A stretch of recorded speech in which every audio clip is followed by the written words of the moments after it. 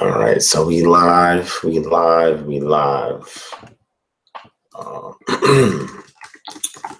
Okay, a little late than usual, but we live.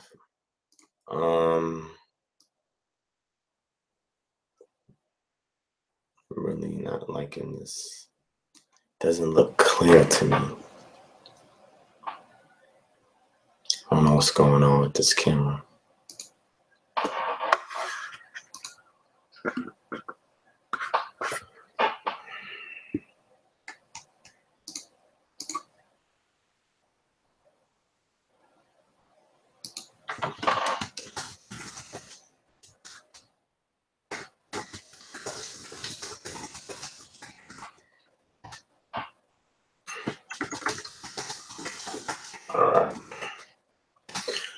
All right, family.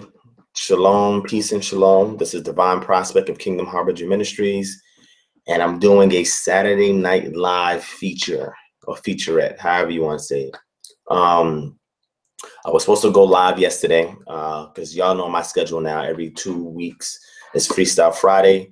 I get a lot of requests for Freestyle Friday, and I wasn't able to fulfill that request yesterday, so I decided to do a session tonight. I had a long Sabbath service, and after that, it was just spending time with the family. And then now that everything has calmed down, I'm still awake. For how much longer, I don't know. But I wanted to do this session because, I know a lot of people ask about it. And there's some things that that I definitely want to share with you guys.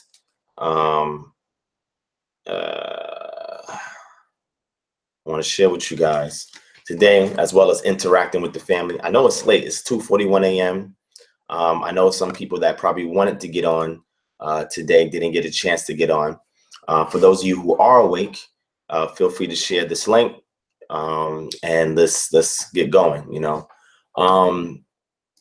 So I'm gonna give you guys some updates. After I give you guys some updates, then we can freestyle like we normally do. I know I received questions, man. I mean, people ask me all types of questions, and it's okay. I welcome them. I mean, it helps me to learn, helps me to do further research, investigation.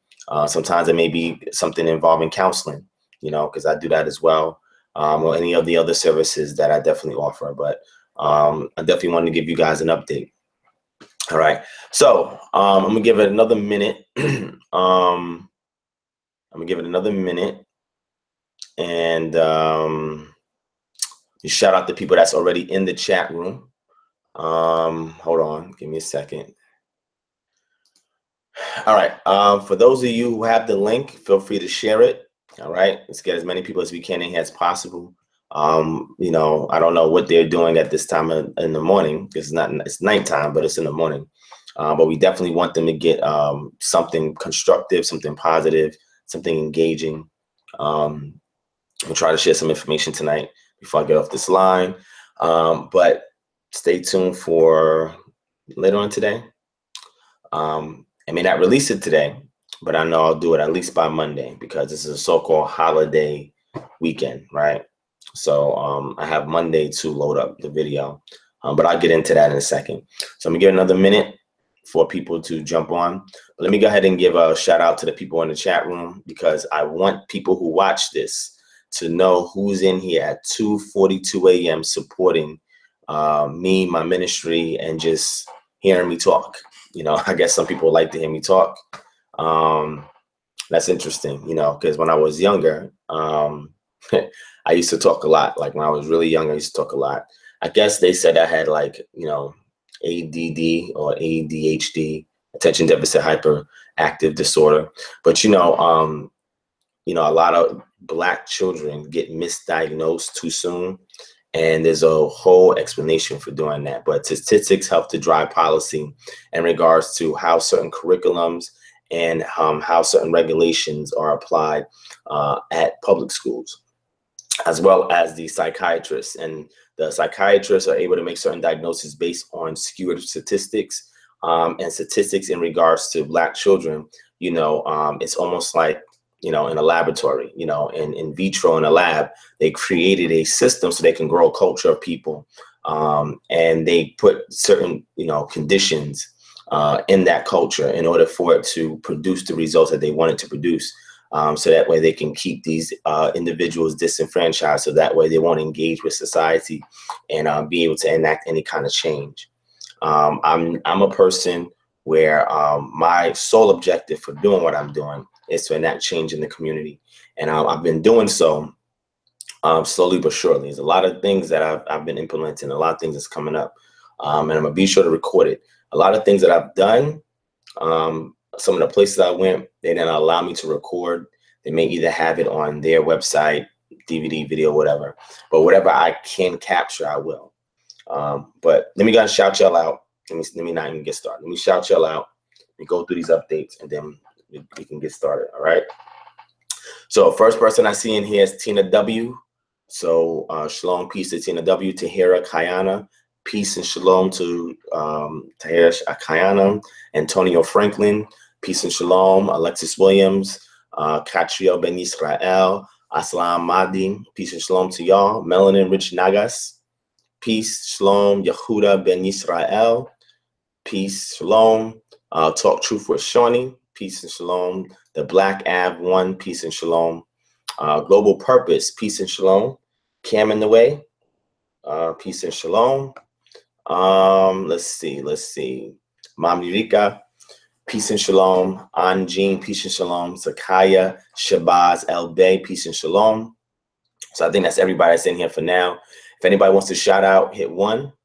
Also, from my end, it looks like the camera is not too focused. Maybe it might be me. I don't know. If y'all want to shout out, hit 1. If the camera, visual, audio is on point, hit 2. So hit 1 if you want to shout out. If I didn't shout you out, if you're on the line, and hit 2.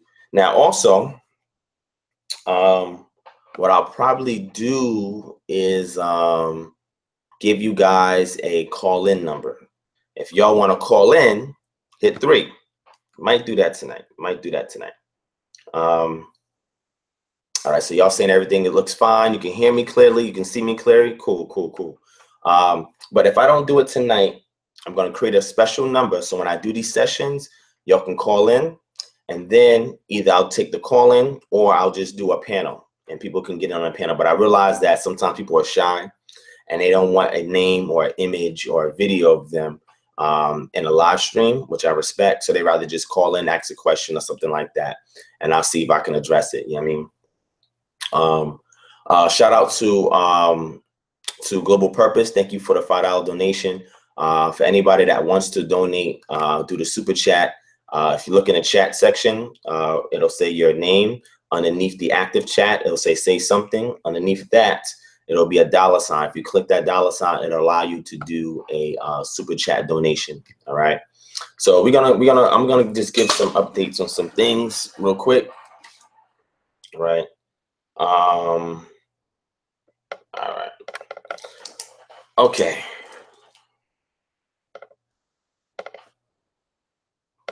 All right, family.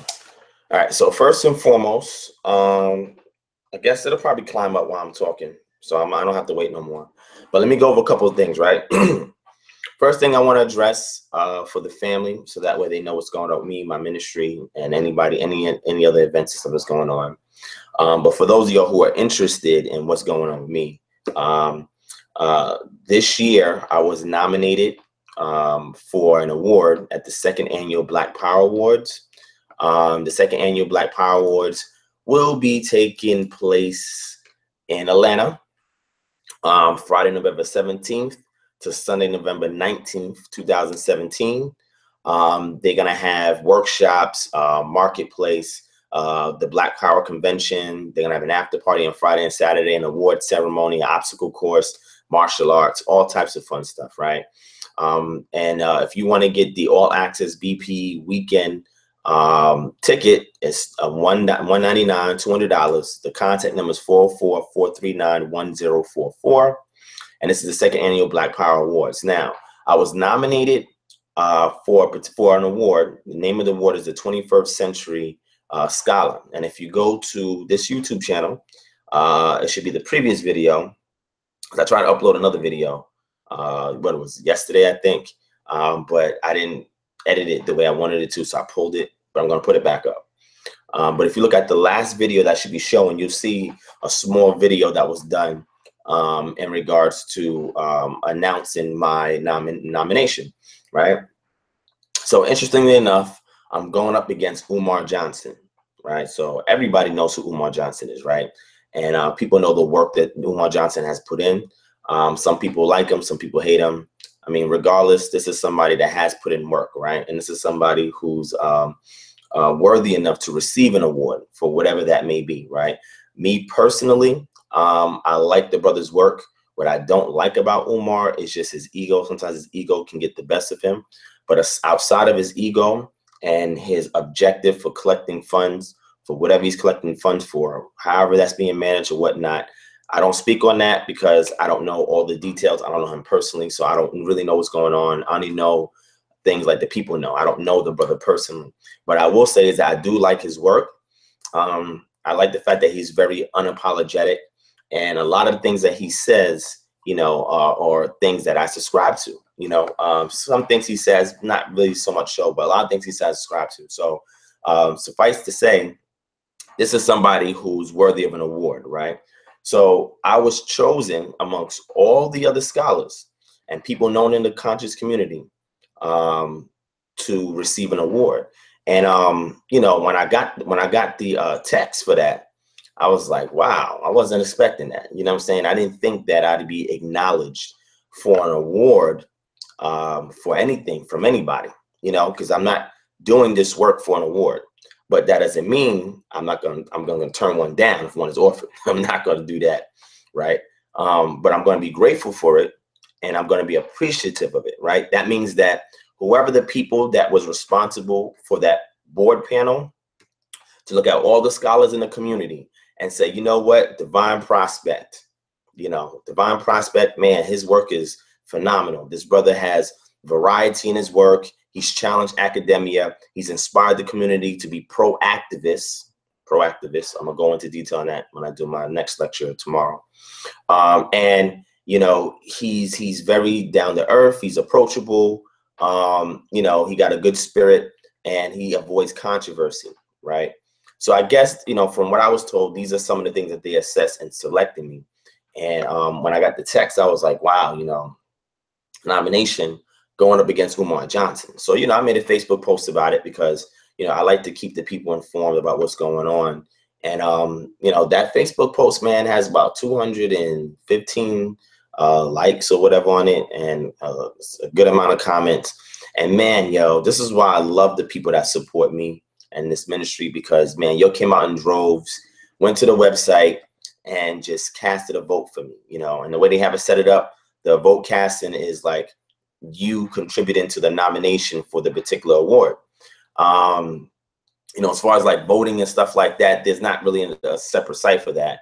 But, you know, people came out and, you know, just flooded that thing and you know, just sent more nominations for me, man. And, you know, I'm grateful. You know, I thank people for acknowledging this work that I've done, because I'm telling you, family, I'm not qualified to do this, you know, and I'll be the first person to tell people that I'm not qualified to do anything.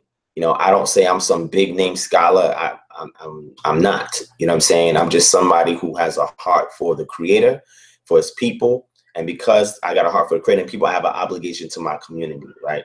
So I've decided to sacrifice my time, energy, and effort to raise the standard of scholarship in our community, challenge academia, provide services, and just be a proactivist in the community.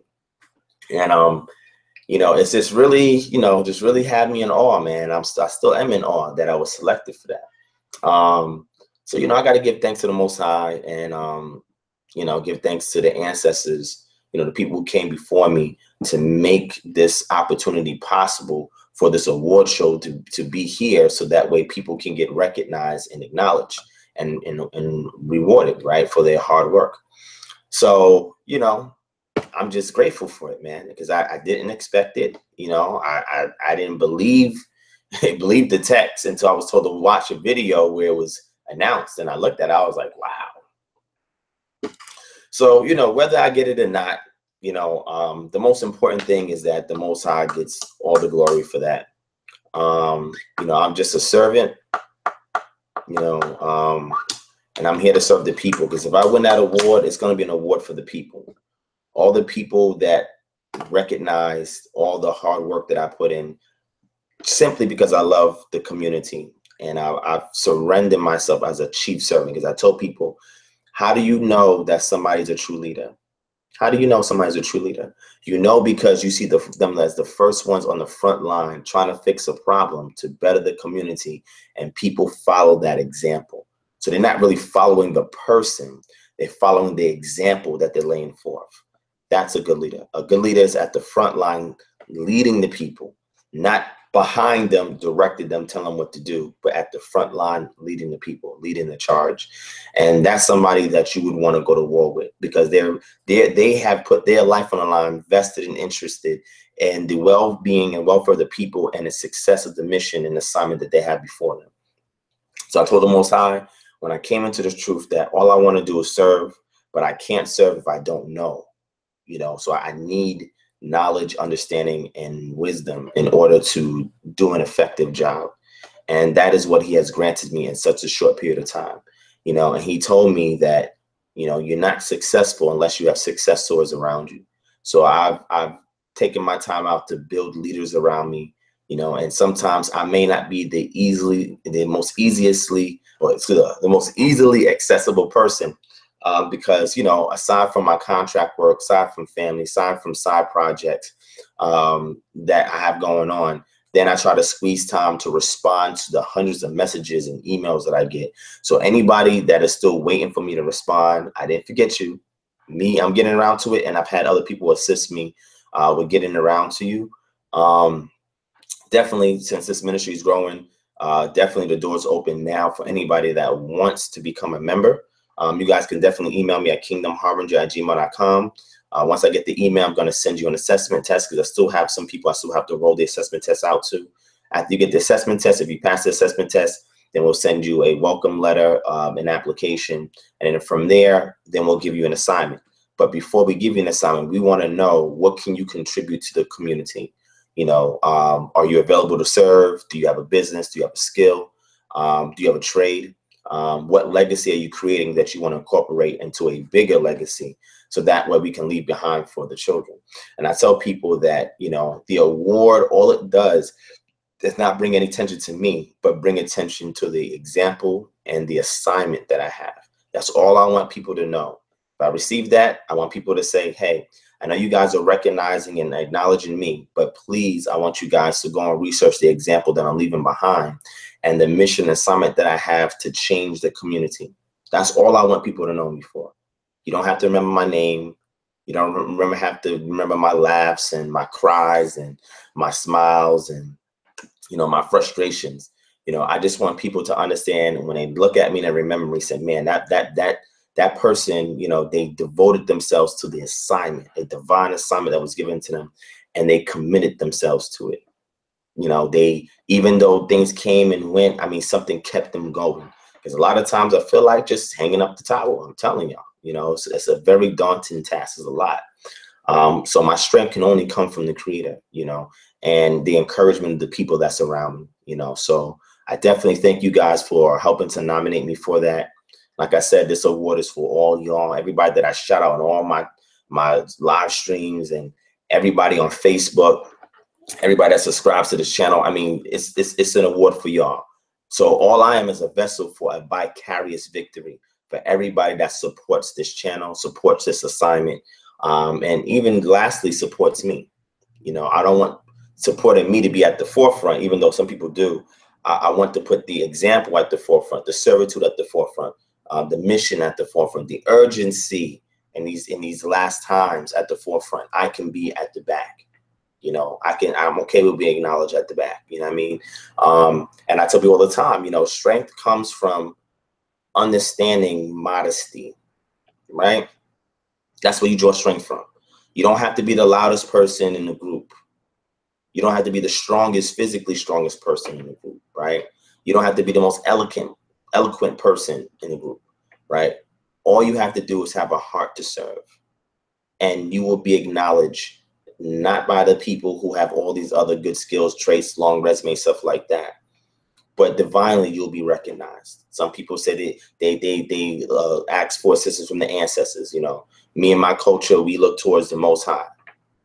You know, you'll be acknowledged, you know, on a realm that's far greater than what man can see. And that is what we have to stay focused on. You know what I mean? So I just want to let you guys know about the Black Power Awards and my nomination for 21st Century Scholar, which I don't feel I deserve, but you know, people feel that I do deserve it. So I'm grateful for that, because I've never won an award since I've entered this community for anything. And it hasn't really been an issue, because I wasn't in it to do that. But to be acknowledged, you know, to acknowledge, that means somebody really looked at, you know, people really looked at what I'm doing and say, man, you know, that brother's doing something important, you know. So thank you everybody who submitted a nomination for me. If you guys want to know how to do that, if you go to the blackpowerawards.com website, you'll have a nomination at the top. Matter of fact, I could show y'all real quick. Since I could share my screen, I could show y'all. Let's see. All right, let me see. Let's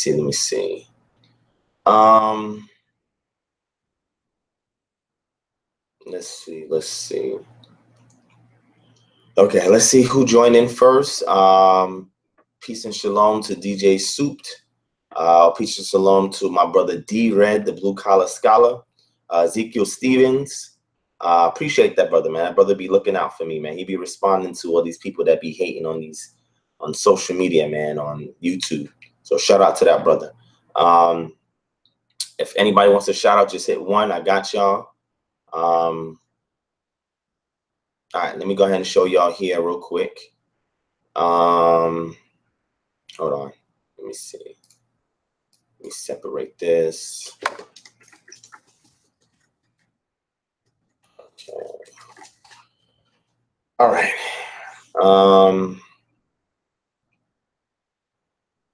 Let me share my screen with y'all. Okay.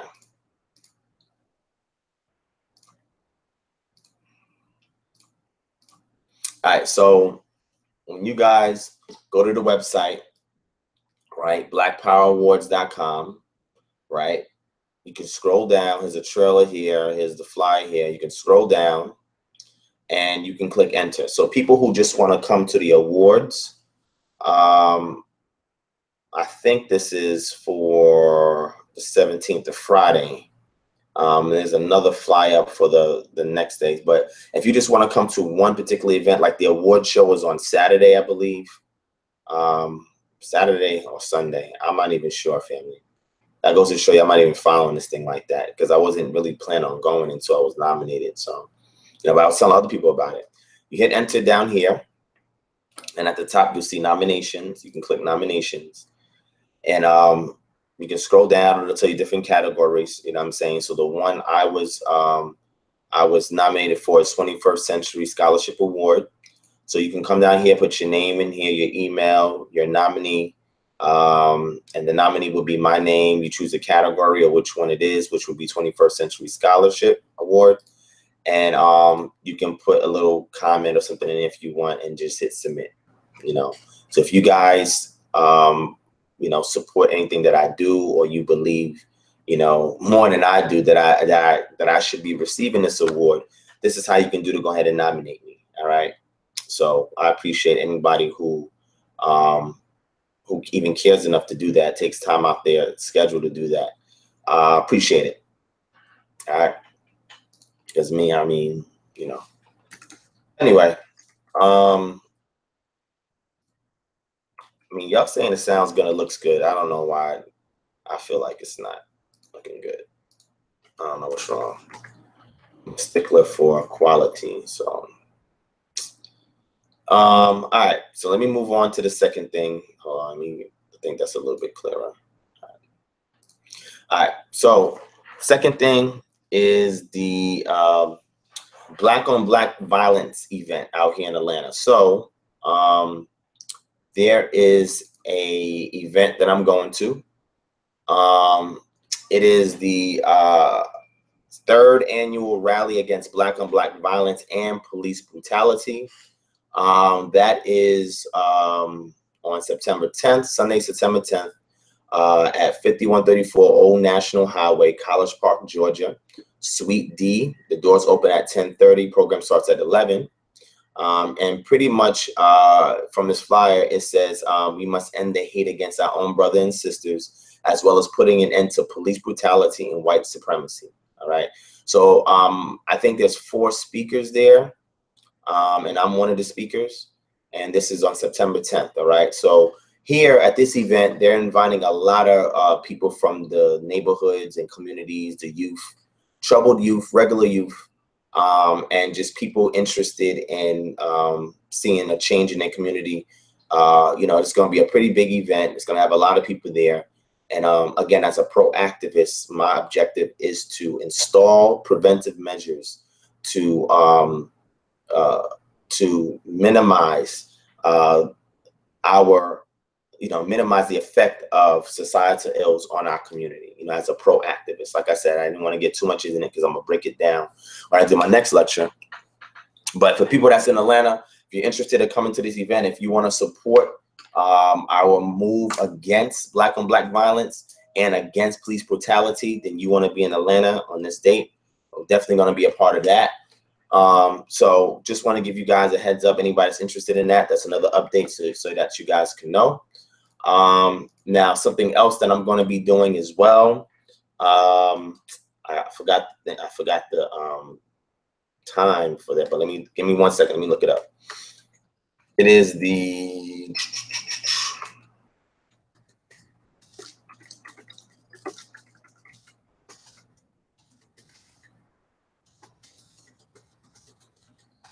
all right. This one is all right. This other one, let me go ahead and show it to y'all. Let me share my screen. Let me share my screen. All right, there we go. All right, so this other one here is I don't know that one. Alexa, are you online? Yes, I am connected to the internet. Alexa, have you been spying on me? Sorry, I'm not sure. Yeah, I bet you are not sure. She be bugging out sometimes, family. Anyway, this is the United We Stand protest in Atlanta by National Action Network, Justice League, Women's March, Digital Boycott, Unstripped Voice, SCLC, United or Die, 360 God, and more, right? So this is a protest. And if you read the description here, this short one here says, more than just football, Kaepernick Charlottesville is rooted in institutionalized racism. United We Stand, all right? Description is Colin Kaepernick's peaceful protest of police brutality and other racial injustices has led to him being blackballed by the NFL.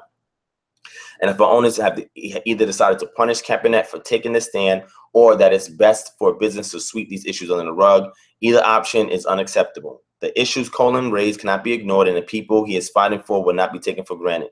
NFL will continue to silence and punish players who speak out against oppression unless we make them pay in terms of their image, ratings, and sales. Okay. Location here is Andrew Young International Boulevard, Northwest Atlanta, Georgia, is where the protest rally is going to take place.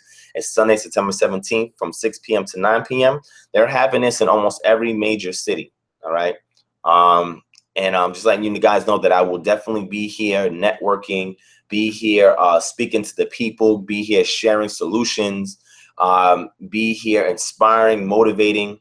And I go to a lot of events like this with the objective of giving a game plan to the people after the protest is over.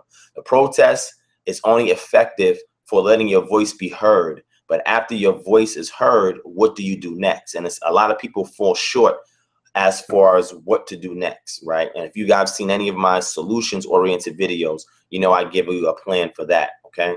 So this is, I'll also be doing this here. So So on the 10th, I'll be doing that Black on Black Police Brutality event where I'll be lecturing there.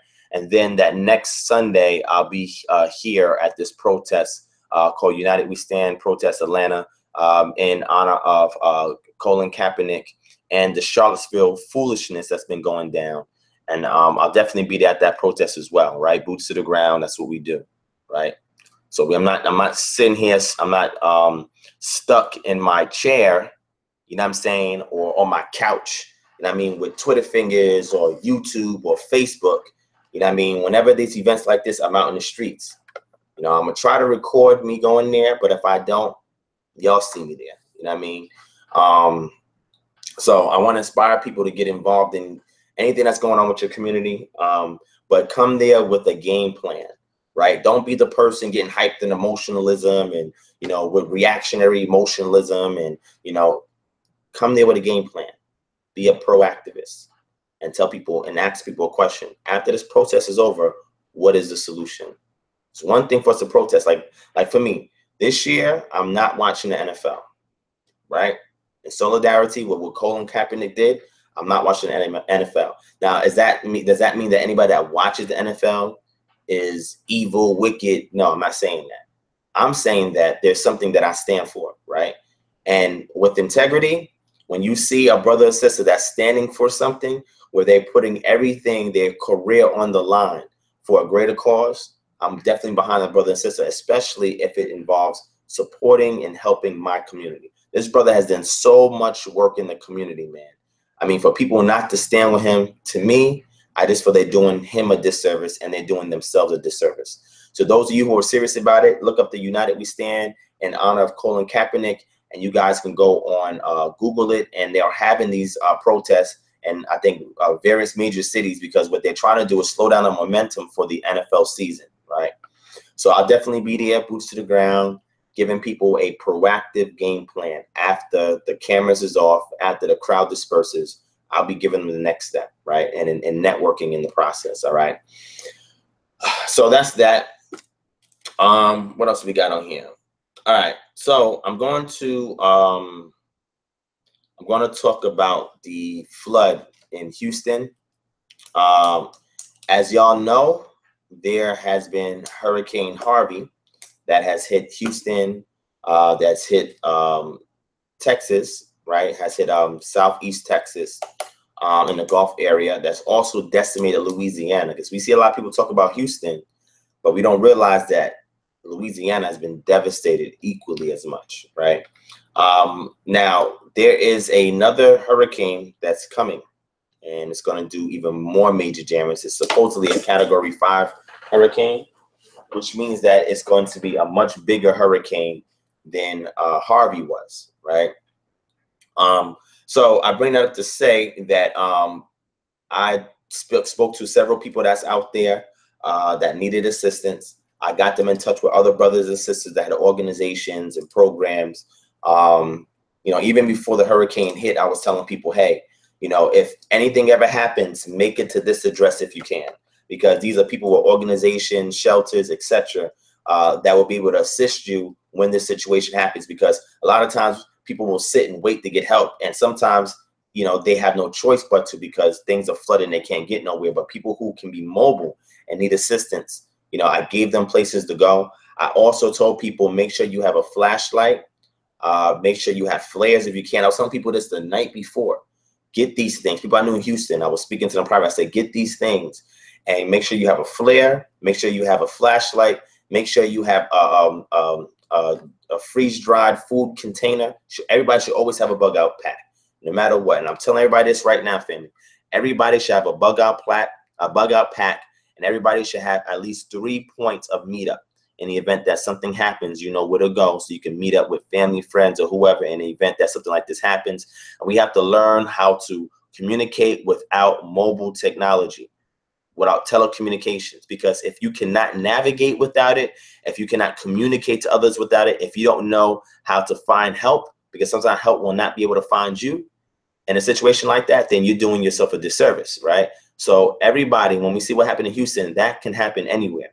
Whether it is a natural phenomenon or whether it's a man-made phenomenon, right? We know that several things like this is going to continue to hit the U.S.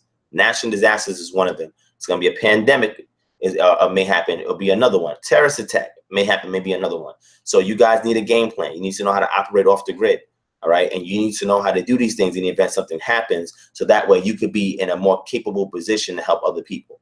So the people that's out there in Houston, if anybody knows family that's out in Houston, if anybody is out in Houston, you need help, email us at kingdomharbinger@gmail.com.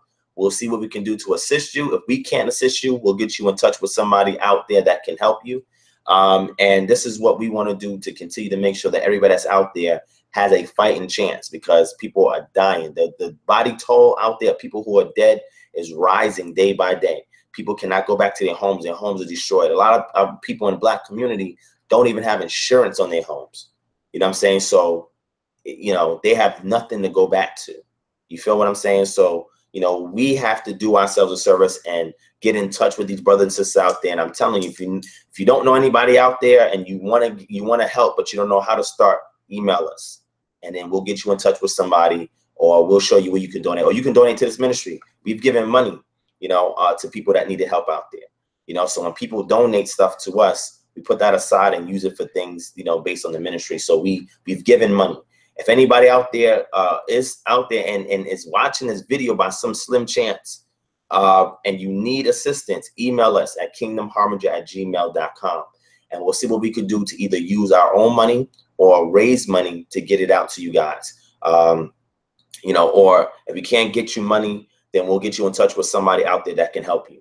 So if anybody's watching us that's in Houston, that's on the coast of the Gulf Coast of Texas and Louisiana, you know, and you need help or assistance, definitely email us and we'll see what we can do to help you. All right. So I wanted to make sure I put that out there, because I did not want to overlook that. That's a serious thing. And we are here to help. Me, my organization, people I'm connected to, we are here to help you guys. All right. So I love you, family. And if by slim chance anybody's watching this out there and you need help, kingdomharbinger@gmail.com. I'll put the email address in the description link, or somebody can share it in the chat, and we should be good. Hold on one second, family. I forgot to do something. Hold on.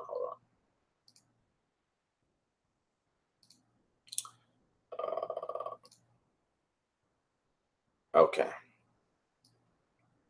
All right. Now, I think my brother D-Red is there. Where's D-Red? D-Red. I think he's in there. I think he's in Houston. Damn, I think the brother is in Houston. I didn't get a chance to chop it up with my brother out there. But D-Red, if you in the chat and you can hear what I'm saying, hit 1. All right, because I think you're out in Houston, if I'm not mistaken. Houston or Dallas. I think the brother's out in Houston. But hit 1 so that people know who you are, and you guys can definitely reach out to that brother. Also, he will provide assistance as well, the best that he can as well. All right, that's a good brother right there.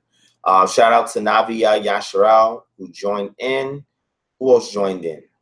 Just Looking. Shout out to Just Looking. Shout out to Sam Bong. Creonte Gates. Shout out to Creonte Gates. Adrian Futrell. Shout out to you, sis. Rodrigo. Yasha Shakar. Shout out to you. Who else in here? Germ 3030. Shout out to you.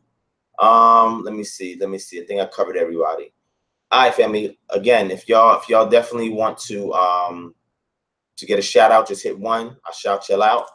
And like I said, any success that comes this way, people will know who made it possible, and that's you guys out there. All right. So I wanted to break that down for you guys too. So we dealt with that. Let me see what else I got to discuss here. All right. So right now the channel's at 4,950 subscribers. When we hit 5K subscribers, we're gonna have something special for the people out there. You know, I haven't really 100% decided what it will be. I think it's going to be either a featurette, a giveaway, or something of that nature. When we hit 4K this year, and I went and I released a video where I was showing people how to retrieve unclaimed funds.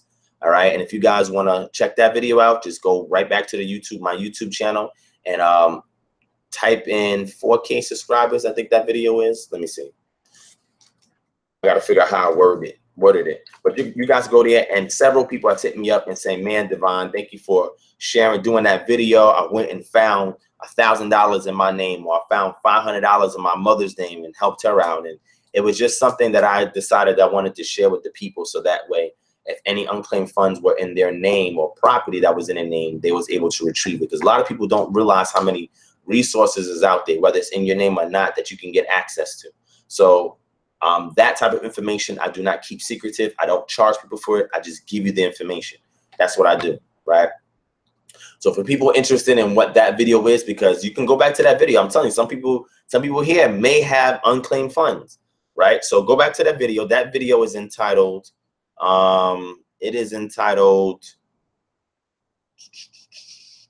special thanks to our 4K subscribers, how to retrieve unclaimed funds property for free. All right, go back and check that video. I'm surprised that video only got 672 views, man, when there's so much information in it for you guys to find free money in your name. You know what I'm saying? And if you don't see it this year, check next year, check 6 months from now, check 2 years from now. You know what I'm saying? It may not be in your name, it may be in a family member's name. You know, let them know, hey, there's some funds here for you. You know, and hopefully they'll cut you off some of that, or they hit you off with some of that. But yeah, go check that video out. And so when we hit 5K subscribers, we're going to do another special thanks video, and we're going to do something special for you guys. You know what I'm saying? Because I want to make sure I give back. Every time we hit another 1,000, 1K milestone, we want to give back. All right. So definitely, family, can go check that out. All right. So that's the 5K when we reach it. Now, later on today, since today is Sunday, later on today, about 11 p.m. tonight, I'm going to do my next lecture. And that one is called Unity Through Autonomy, a unique collective approach to politics, economics, and housing. And when I tell you guys, this may be one of the most important lectures that I ever do, take my word on that. All right. It's going to be very information heavy. I'm going to be reading a lot of information to you guys. So when the video comes out, it may be a little lengthy, but I guarantee if you can get through it, and I'm going to try to compact it as much as possible. I know it's like 70 slides or something like that, so it's not like 100 and something slides, but you know, I'm telling you, man, this lecture, you guys can take this information and you guys can apply it and get results. You can get results. And I guarantee if you can get enough people to do it, and I'll walk you through it, you can get results. All right. Now it's going to be, this solution that I give to you is going to be, it's going to vary a bit from state to state. But if you get the concept, which I'm going to show, so I'm going to give you the concept. I can't go through everything step by step, but the objective of this lecture is to show you what can be done and how it can be done. I'm not going to give you all the particulars. If I do, it'll be 6-7 hours. But what I'm going to do is inspire you guys to go back with the information I give you and find out how to implement it in your particular town and take over your community. When I tell you guys, when I sat there and I devised this game plan, I was like, wow, man, it's going to change the game for our community, man. And I wanted to share this lecture at the Unity event in New York, but they didn't let me speak. And I just felt so bad for the people that came there that wanted a solution. And the only person that was going to really give it to them was Divine Prospect. You know, the most unlikely source in their mind to receive some kind of solution-oriented community activism. You know, I wasn't even given an opportunity to speak. And when I did speak, it was on a panel discussion. I had 2 minutes to speak. You know what I'm saying? So that's what I'm saying, man. You know, it's just, you know, those platforms, man, they don't appreciate, you know, a person that is really bringing a solution. You know, really bringing a solution. When I tell you guys, when I break this information down for you, when y'all see this video, please, family, I'm telling you, share it with everybody that you can share it with. If y'all got questions, y'all know you can email me or inbox me. I'll get to you the fastest that I'm able to. But I'm telling you, man, this can be implemented almost anywhere in the U.S. You know, you can actually take control of your community, and then you can promote its growth. And I geared it towards the Black community because that community, you know, with the Hispanics that's also in it as well, is hit more detrimentally than any other community, right? We are not competing at a politics and economics level, let alone a housing level. And mind you, this is just one part in the series. It's Unity Through Autonomy. It's one part in the series. I'm going to be addressing health in the next one, food production and distribution. I'm going to be talking about food production, distribution, health, where I tell you guys how, you know, the idea behind the alternative healthcare program initiative that I'm putting forth, hopefully in the next year, for our community. Food production and distribution, showing you guys how you can start your own farm, where to do it at, the resources to get to do it. And what was the other thing in that joint? It was, I forget what the other one was. It escapes me. But this one, I'm gonna go through politics, economics, and housing. Now, politics, economics, and housing is a very comprehensively extensive subject matter, right? So what I'm doing is just showing you guys a unique approach. I'm giving you one unique approach for each one of these topics that you can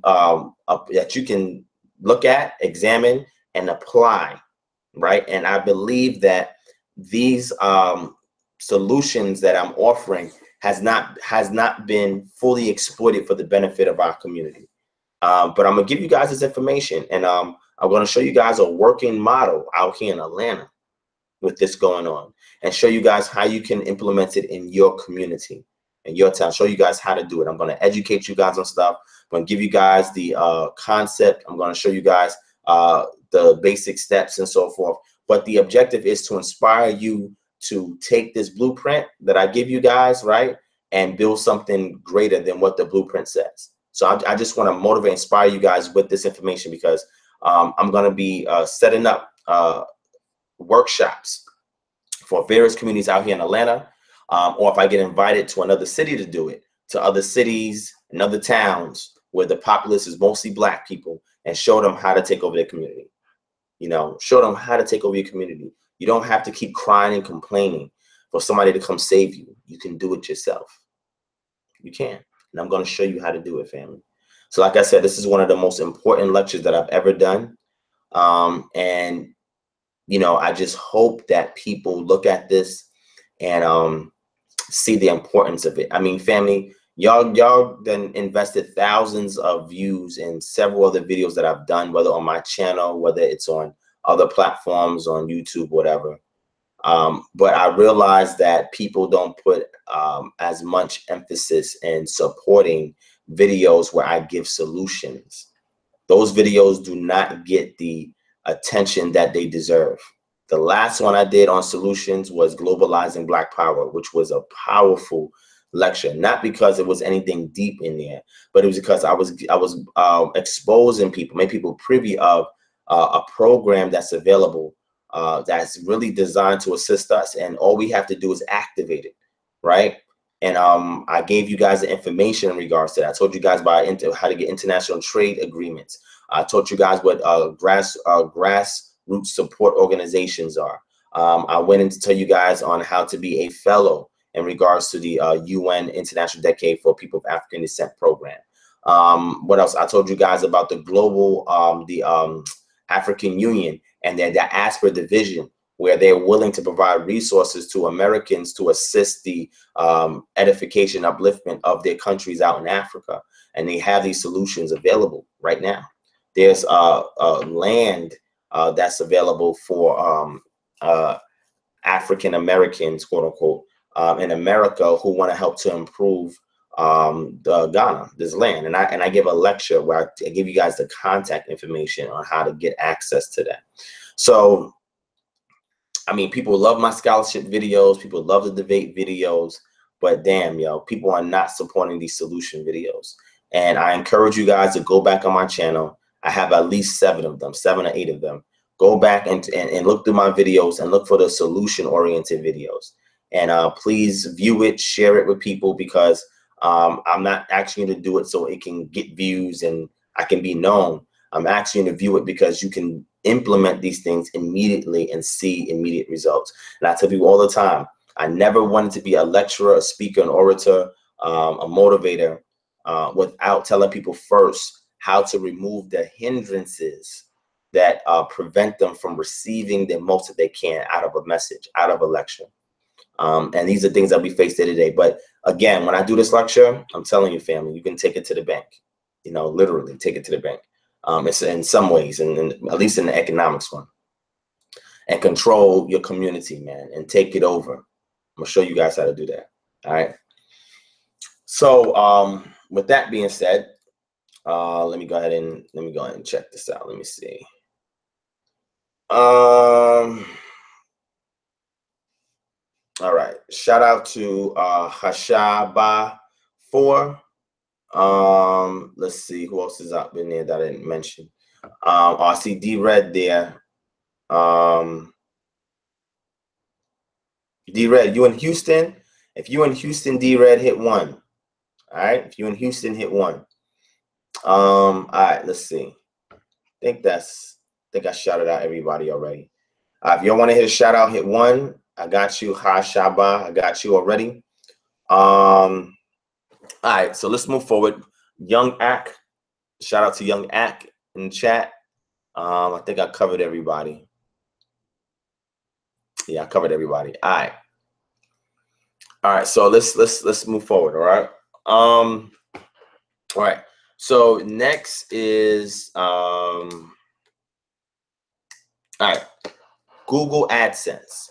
So people, Melanin Rich Nagas, shout out to Melanin Rich Nagas. I've seen that already. I think I shouted Melanin Rich already, but you get a second shout out just because you requested it. I got you. So Google AdSense. So as people know, Google has been, man, they changed the game in regards to Google AdSense. So it used to be that if you follow certain guidelines, you didn't get flags in your channel, stuff like that, you was able to make a small profit based on allowing ads to play on your videos, right? So this was something I decided to take advantage of simply because I did not want to feel like I had to beg people to support this platform, right? And I don't like doing that. I like to give people information, empower and edify people. And if they feel that it allowed them to yield results in their life, then they will donate because they'll see the purpose of the ministry, right? This organization.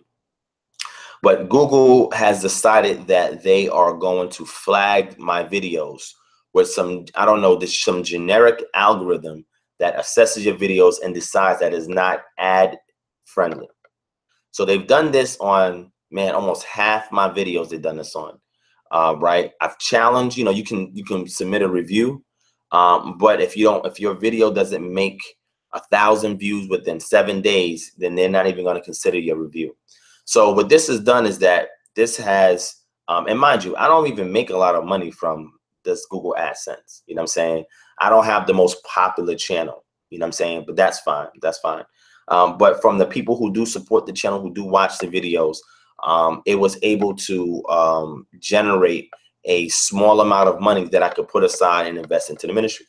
But now because Google decided to be a hater and they decided to flag half my video saying it's not ad friendly, whatever, I don't know what this general algorithm is. If anybody knows what it is, let me know. Maybe I gotta change the name of the video or something, or put certain tags in there. I don't know. If y'all know, let me know. But because I've done that, and because I don't like begging people for money, because I don't like, the reason why I share how to donate is because people ask me all the time, how do I donate? How do I donate? So I like to put it out there so people will know. So what it's done is that I decided to start a Patreon site, right? So those of you who don't know what Patreon is a website that allows content creators, whether it be art, music, YouTube videos, education, whatever, to get support from the people who follow their work. So that way they can continue to provide you with more and more content, right?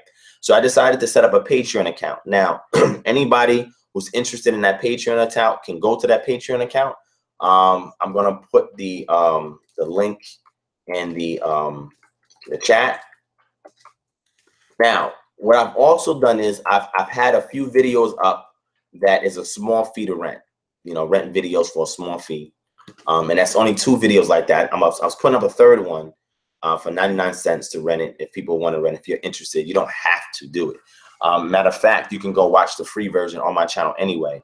But the paid version, you'll be able to see the screen, right? You get to see the slides. It's in better audio, it's in full HD, etc. But I decided to open a Patreon. So this is the people who want to commit to donating monthly to support the ministry, right? So if you go to Patreon, I'll put the link. I'm gonna put the link up here for my page, because sometimes it's hard to find pages on here, man. But if you go to Patreon, I'm gonna place the link in the chat, right? So you guys can see it. Here's the link. Let me also put my email in there. I know I spoke about my email. I want to make sure you have the email as well. All right. Also, Talk Truth with Shawnee is a moderator. So if I miss anything, or if there's any questions, stuff that you have, and I missed it, yeah, well, I'll do a video. What I'm gonna do is do a video on the bug out bag. I'm gonna do a video on that. I'm gonna show you guys my bug out bag, show you the ingredients in it, because I have a mini one, but I'm gonna purchase a much bigger one. And I'm gonna show you guys where to get one for a inexpensive price, and show you all the necessities in it that you can use. They even have floaties, right, that you can put on your arms and stuff like that. And a life jacket, a blow up, inflatable life jacket that you can put on.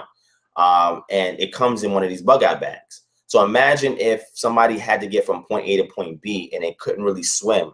At least if you can float, you can paddle your way to where you need to go. You understand what I'm saying? And still have all the ingredients in that waterproof bag that you can eat and you can drink. You know, you have a flashlight, a flare gun, all of that stuff in there. You know what I'm saying? So I advise everybody to go get a bug out bag. And like I said, I'm gonna do a video. I'm gonna buy a brand new bug out bag, and I'm gonna do a video and show you guys all the necessities you need in that bag in the event that you ever get caught in that situation. Don't wait for a situation to happen to then figure out what to do. Always have a game plan beforehand. All right. And I was just responding to the people that was speaking about the bug out bag. All right. All right. So Garfield said he's a robot. He never sleeps. Yeah, I know, right? So anyway, you guys can go to the Patreon site, and the Patreon site, I put the link in the chat, and you guys can go there. And if you want, you guys can definitely commit to donating.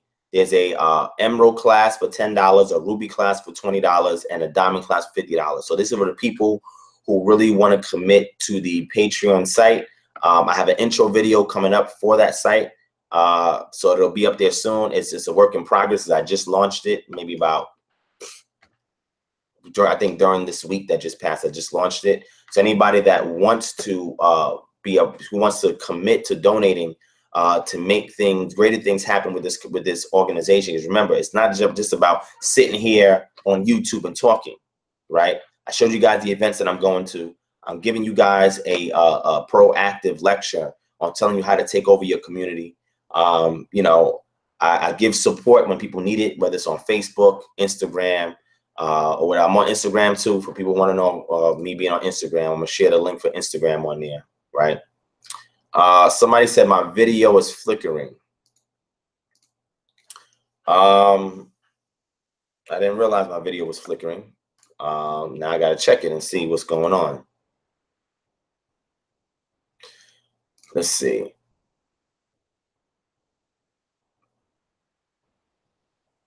I see it looks like it's normal. Yeah, I don't know what's going on. My internet connection is spotty. I mean, I got 150 megabytes per second downstream, and 25 megabytes per second upstream.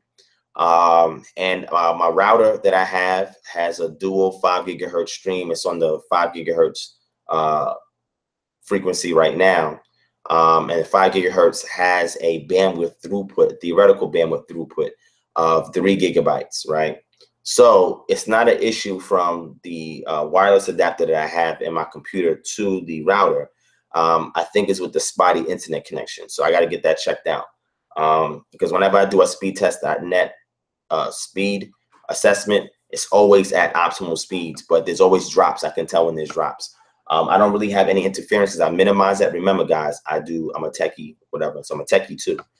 So I've minimized anything that will cause dropouts, 2.4 gigahertz microwave, because I don't have a microwave, but I have a phone, wireless phone, and things of that nature that can actually cut through on or cause traffic to increase on that frequency and be able to diminish your speed. So that's why I have it on 5 gigahertz speed, but whatever the case may be. Everybody says it's fine, so let's move forward. All right. Thank you for that input, Garfield, because now I can go back and double check. But from what I'm viewing, it looks like it's fine.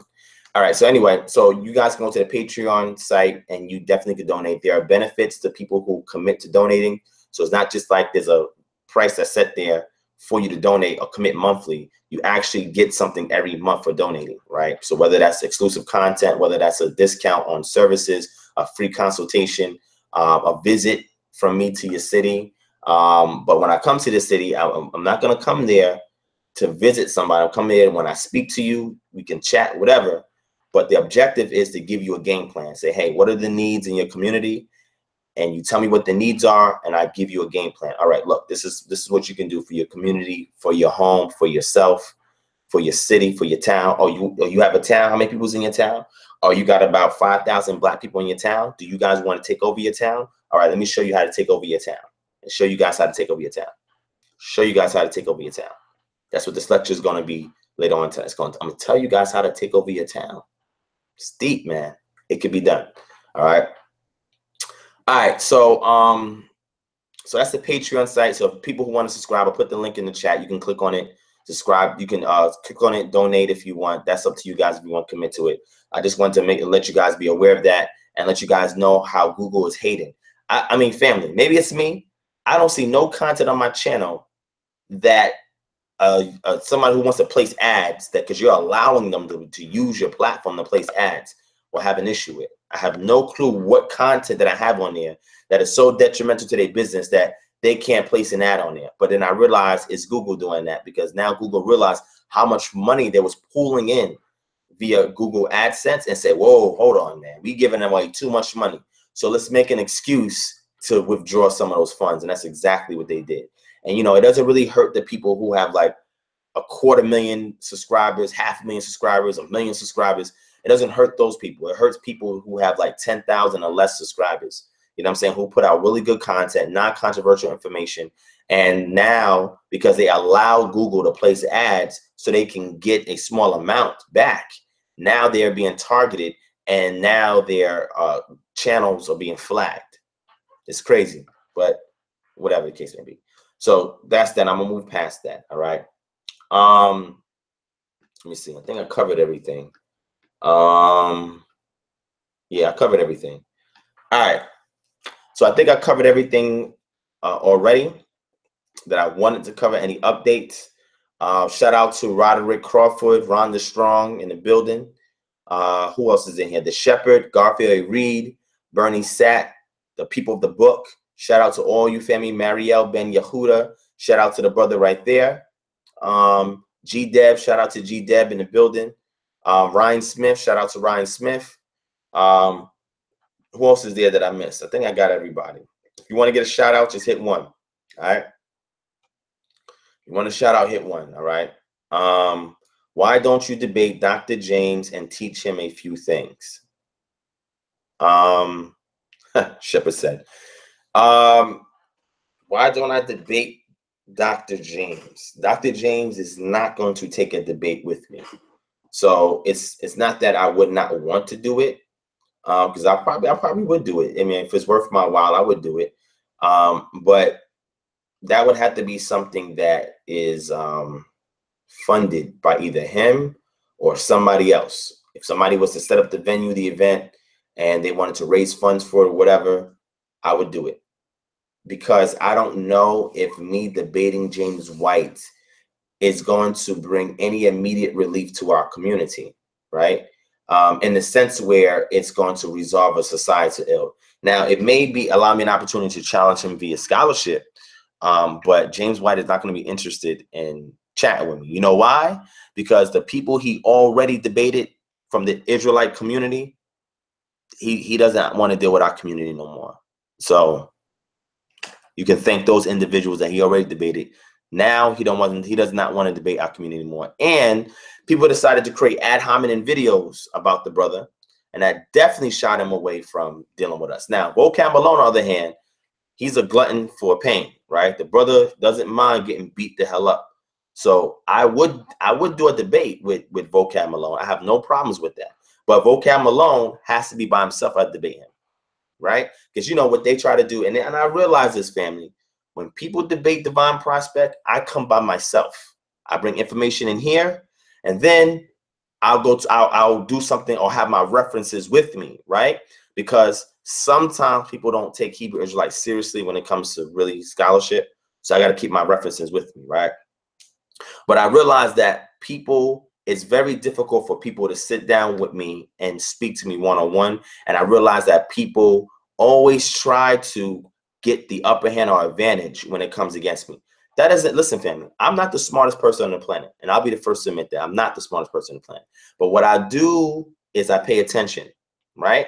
And I'm very good at analyzing a situation, analyze somebody. And remember, because I'm a strategist, I don't always voice everything that I know, right? I reserve some things and I allow people to run their mouth. Because people like to run their mouth. People like to talk.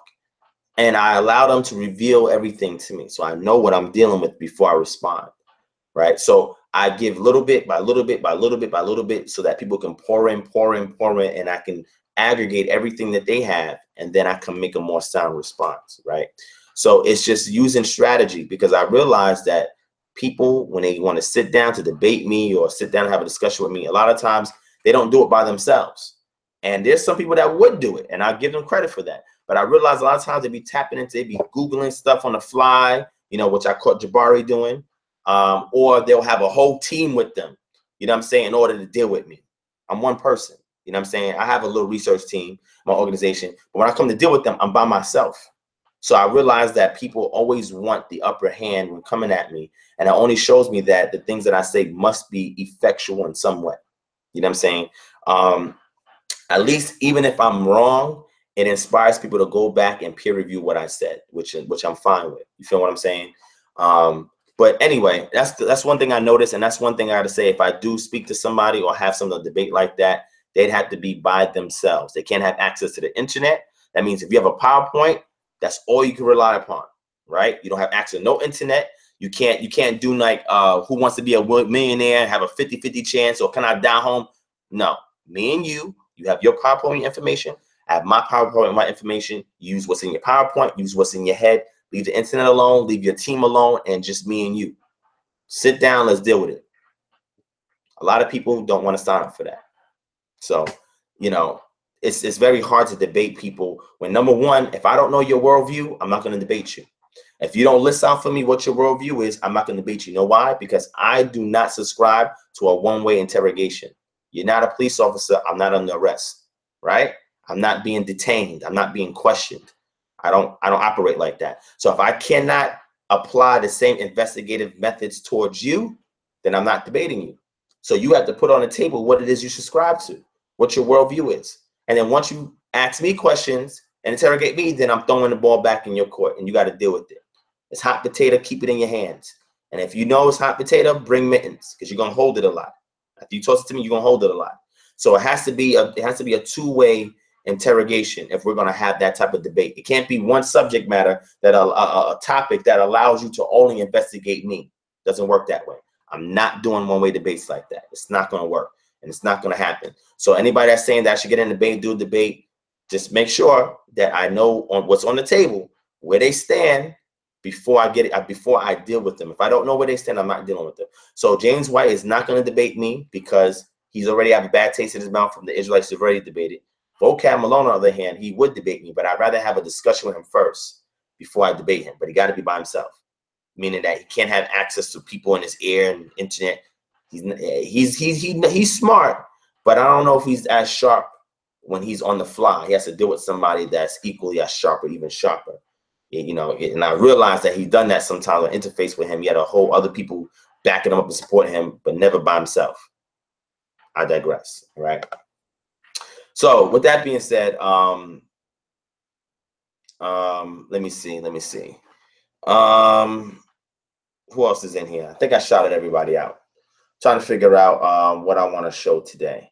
So, how do you find time to study between working full time? My family is fine. It's hard finding time. Adiyah Yisrael asked me, how do you find time to study?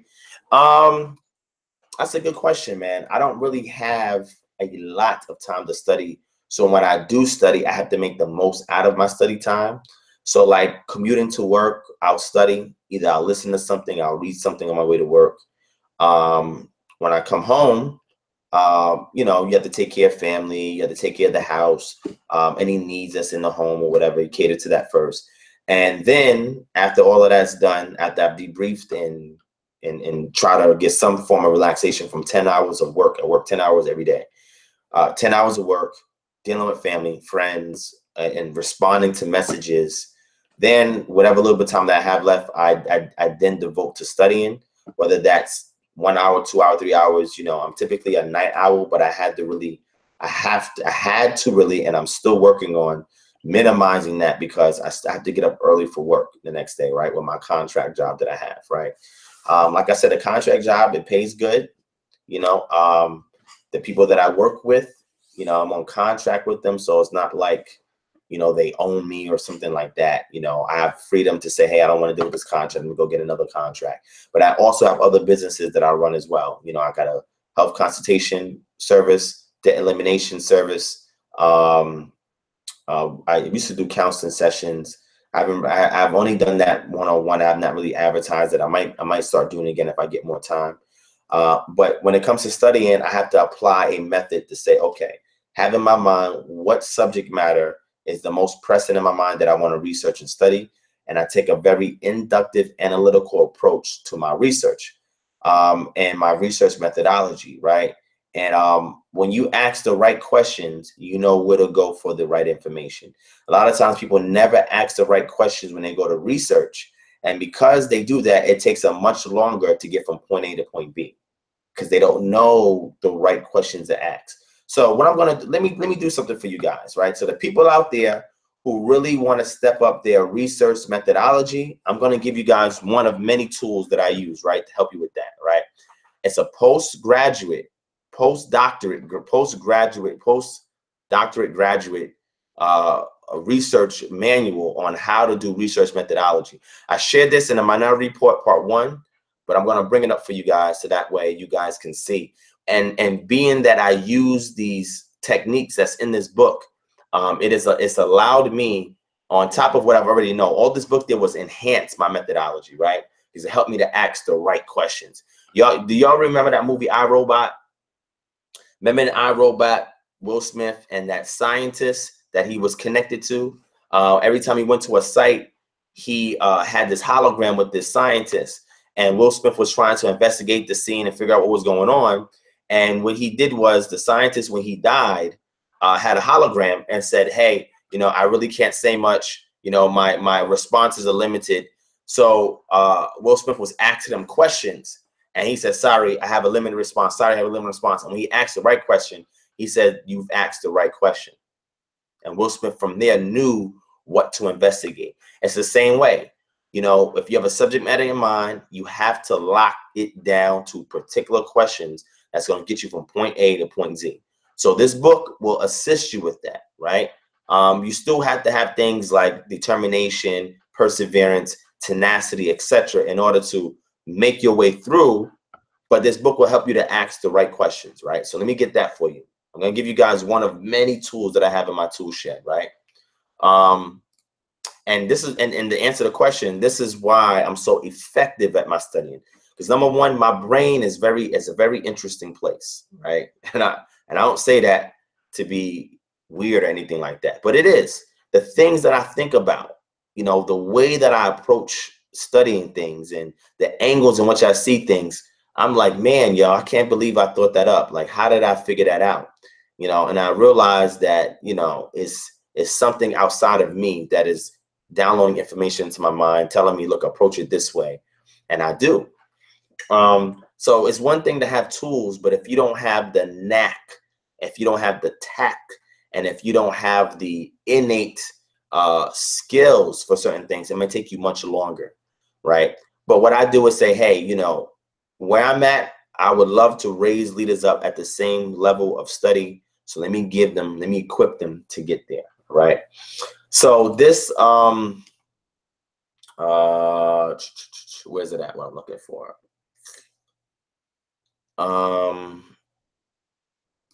Okay, I know what I'm looking for. Let me find it for you. Where's it at? Where's it at? Here it is. All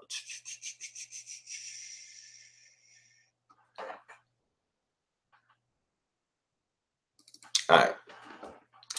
So I'm gonna share my screen. I'm gonna show you guys this book that I have. If you guys want the book, just let me know. Yeah, I'm gonna show you guys right now. And I also shared. Matter of fact, let me go over this real quick with y'all. I'm gonna help y'all out. I'm gonna help y'all out, right? I'm gonna help y'all. I'm gonna help y'all become greater, because that's my mission in life. When I meet people, I say, how can I extract the untapped potential in this person? How can I make them better? How can I refine them? How can I equip them? How can I encourage them? How can I edify them? How can I empower them?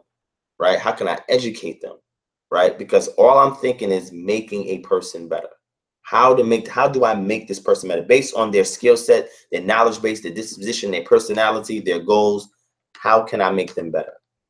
That's all I think about when people around me. I just say, how can I make this person better? That's all I be thinking about. I just want to make people greater, because people have so much untapped potential. Sometimes they just don't have a sense of direction.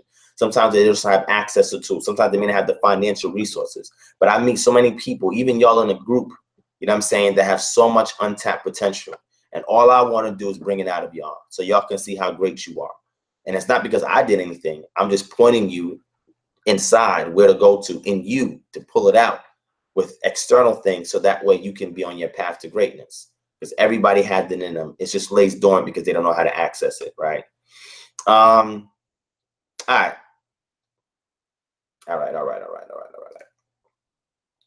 So y'all gonna get a treat tonight, all right? Y'all definitely gonna get a treat. I'm gonna show y'all this research methodology. Let me get my hold on one second. I'll be right back. I'll be right back with y'all, family. Give me 1 second.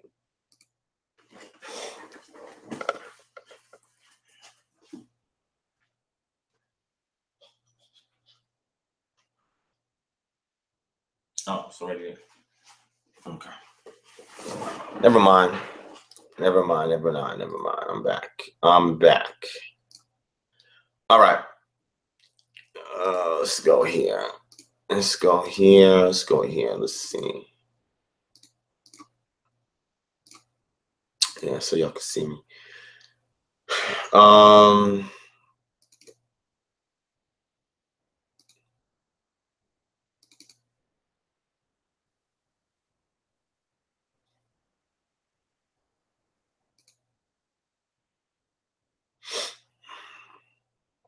on 1 second. I'm waiting for this to load.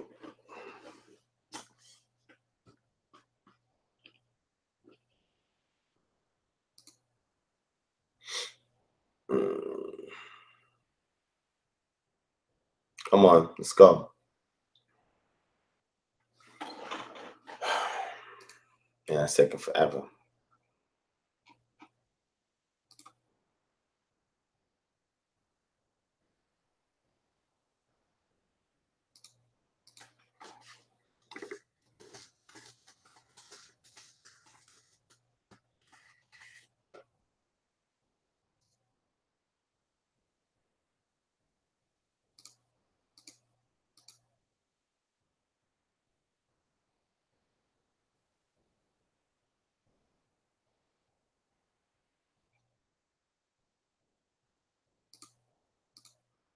All right, let's see. Did it open up? Yes, it did.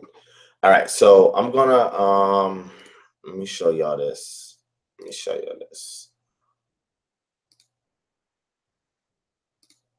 Okay, let me find it here. So family, it's not about how much time you have to study.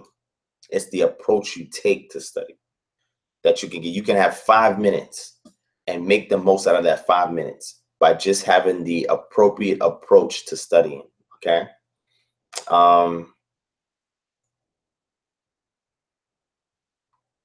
I shared this information in lectures already, but some of y'all may not have watched them, so I'm gonna give it to y'all. I'll give it to y'all anyway. All right, here we go. All right, I'm gonna share my screen. Just give me 1 second.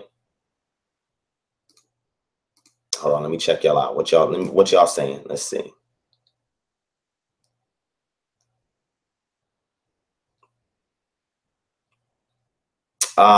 G Deb said, do you think if you did more techie shows, your AdSense will be start flowing again?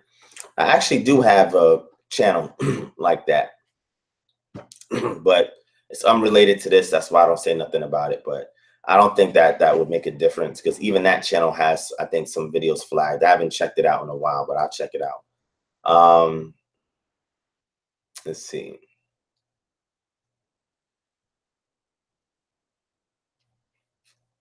Man, the shepherd is asking some interesting questions. That's crazy, because we were just talking about this at my Shabbat service earlier today. All right. Are y'all ready? If y'all ready for this information, hit 1.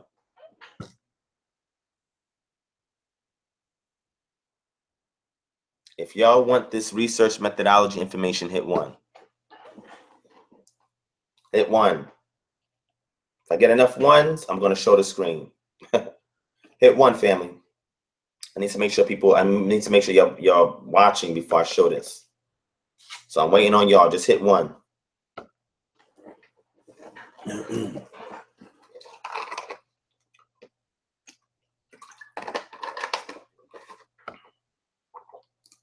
The water that I drink, I know some people ask me that. This is, I don't know if y'all can see it. This is Eternal, right? You can see. Well, you can't really see, it's not. But anyway, I always get water that's from an artesian spring, or that is from any source that has underground, that comes from an underground aquifer, because it seeds the water with trace minerals. And the alkaline level, this one is 7.8 to 8.2, which is alkaline. Body 7.36. The blood or the plasma in your body is 7.36, but other areas in your body has varying pH. Like, remember I told you guys when I do this lecture, your skin pH is what? 4.7 to 5.5. That's your skin pH. It's acidic. The skin is naturally acidic because it repels colonization of microbes. All right. So yeah, so this is one of the waters that I drink. I get this, I get this for $1.79 for 1.5 liters for $1.79 at Publix. That's one of the reasons why I shopped at Publix. I hate that store, but I go there because it's convenient to access. And this water is $1.79 for 1.5 liters, which is really good, because it's much more inexpensive than Fiji water. And Fiji water at 1.5 milliliters, because of the concentration of water in it, the pH is 7.7. This is 7.8 to 8.2. So this has a higher pH. Now, you never want to OD in a pH. I don't like to buy water that has been fortified with trace minerals, right? So that's water that is, they just put evaporated, vaporized water, where they've extracted all of what they call the contaminants, right? You have something called TDM, which is total dissolved minerals. And that's what you'll see. And depending upon the concentration of those total dissolved minerals will either increase the amount of alkaline that you have in there, or when you remove it, it'll make the water more acidic, right? So I don't like to get water that's been fortified with electrolytes. Unless it's smart water, I'll buy smart water if that's all that's available. Or I'll get something with electrolytes if all that's available. But I like it naturally from an artesian spring, from any kind of, like this one, right? This one goes through layers of ancient rock and sandstone to a vast underground aquifer. During this natural filtration process, the water absorbs essential minerals, essentially making it naturally alkaline. These layers of rock also provide a natural barrier from environmental pollutants, providing a pure and uncontaminated source of water. All right. This is the water. I only drink alkaline water. I don't remember the last time I tasted tap water. At the place that I work at, they have a cooler there, but I took litmus paper and I tested it, and the water is neutral, right? So it's not acidic, it's neutral. It sits at like a 7, which is not bad for fountain water. I don't know what source it comes from, but I tested the water, and you can buy litmus paper too, litmus strips. That's pH strips from Amazon. They're fairly inexpensive, and you can use that to test the alkalinity of the water, which I've done. The tap water where I live, I think it's like 5.7 or something like that, 5.7 to 6. So I don't drink with it. Unfortunately, I have to bathe with it and brush my teeth with it, but I don't swallow in the water. And after bathing, I put pH balance lotion on. And they also have pH balance body wash, which I don't have at the moment. I ran out, but I have pH balance lotion that I put on as well. Because again, for people that have skin issues, if you get a pH balance lotion, it will help to repel colonization of Staphylococcus aureus, which is prevalent in people with atopic dermatitis, because their body is not producing enough AMPs, which is antimicrobial peptides, to repel bacteria. So anyway, I digress. I was just showing y'all what I drink. Some people ask me, what water do I drink? I drink only water from artesian springs or underground aquifers that's naturally alkaline, that again has a natural barrier to keep it from pollutants, and it's bottled at the source. Right? Now, if you want a daily maintenance dose of water to drink, you want anything that's around the pH of the blood or the plasma in your body, which is 7.36. Other parts of your body, it varies. The skin varies. The gastrointestinal tract varies. The mouth varies. All these other things varies, but blood-wise is 7.36. So your entire body is not alkaline, and if your entire body was alkaline, you'd be dead. Certain functions will not operate optimally. If your skin is alkaline, you will get infections, right? If your skin is alkaline, any break in your skin, you will get an infection. I'm telling you right now. And people that say, oh, you got to make everything alkaline, I'm like, they don't know, they don't understand human anatomy. Your entire body cannot be alkaline. That is impossible. You'd die if that was the case. Certain enzymes don't work in an alkaline environment. You understand what I'm saying? But that's neither here nor there. So since I got enough ones, I'm gonna go ahead and show this to y'all. All right. Let me go ahead and show this to y'all. Ezekiel Stevens says, I'm a biomedical scientist as well. Oh, shout out to Ezekiel Stevens, man. Biomedical scientist. Science, appreciate it. Yeah, and you can if you over alkaline the pH, it will disrupt certain processes in your body. And sometimes they got waters, right? Like a water, they have a pH of 10. I would never encourage anybody to get water that high, right? You have Essentia water that has a pH of 9.5. I'm telling you, it's going to offset a lot of natural processes in the body, right? When you understand what hydrogen does, just like people who take in oxygen, right? People think that if you are in an aerobic environment, or if your body is in a highly aerobic environment, that any anaerobic microorganisms, organisms that cannot survive in an environment that is oxygen heavy, you don't realize that oxygen is a blessing and a curse. And I've shared this before, right? The O2 molecule, when it comes in, your body splits it. It takes in one oxygen molecule. The other one is set off as a free radical because it's not stabilized by the other oxygen module that's attached to it. It becomes a free radical. And when that does is that it can cause oxidative damage. This is why the body tries to produce natural antibiotics. Natural antioxidants. And you can also get that as a supplement from like dark berries, like blueberries, blackberries, maca berries, acai berries. All these things are natural antioxidants. Grapes, very dark purple grapes or dark red grapes. The darker the color, the more richer it is in antioxidant because of the enzymes that's in it. And when you study the antioxidants, one thing I'm gonna share in my lecture, I'm gonna tell y'all the best sources to get natural antioxidants from and why it's important in skin. Skin ages over time. It loses its elasticity over time. The collagen in it deteriorates over time. The skin itself does not duplicate fast, or what we call proliferation. The proliferation of the skin cells tends to dwindle over time. So these are things that you want to maintain and you want to assess, so that way you can keep yourself in optimal shape and health.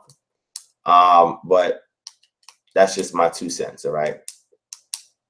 Yes, and just looking is absolutely correct as far as the your stomach. Your stomach has a very low acidity level, and it has to do so in order to operate. Also look up the bile function in your body. Bile is acidic as well, right? Sometimes it get borderline alkaline, depending upon what homeostatic state that your body is in. Your body always tries to maintain a particular balance at all times. When your body is devoid of trace minerals, it'll start to rob it from things such as calcium deposits and sources in your body, making your bones brittle, your teeth brittle, etc.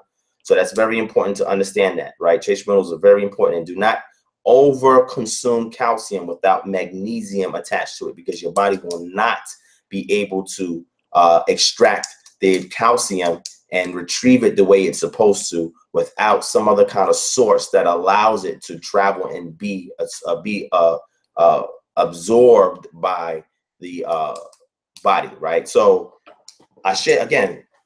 I'm gonna go into all of this in my lecture when I have all the slides, the references from peer review, double-blind, placebo case studies dealing with in vitro and in vivo studies. You gotta look for the in vivo studies. In vitro studies, which means something that they do in a lab that's typically theoretical under certain controlled conditions. In vivo is out in the wild, right? A lot of things that work in the lab do not work in the wild. Sometimes things are advertised as supplements and vitamins that is only theoretical in the lab, but when you take it in real life, it does nothing for the body at all. At all. But that's another subject matter. That's another subject matter. All right. Yes, vitamin D is important. Vitamin D is a precursor to so many different ailments, because most black people are vitamin D deficient. You should be taking at least 2,000 IUs of vitamin D. And if you're in the recovery stage, if you have a health situation, you should up it to at least 5,000 IUs per day. But the maintenance amount that you should be taking is 2,000 IUs. Every day you should be getting 2,000 IUs of vitamin D.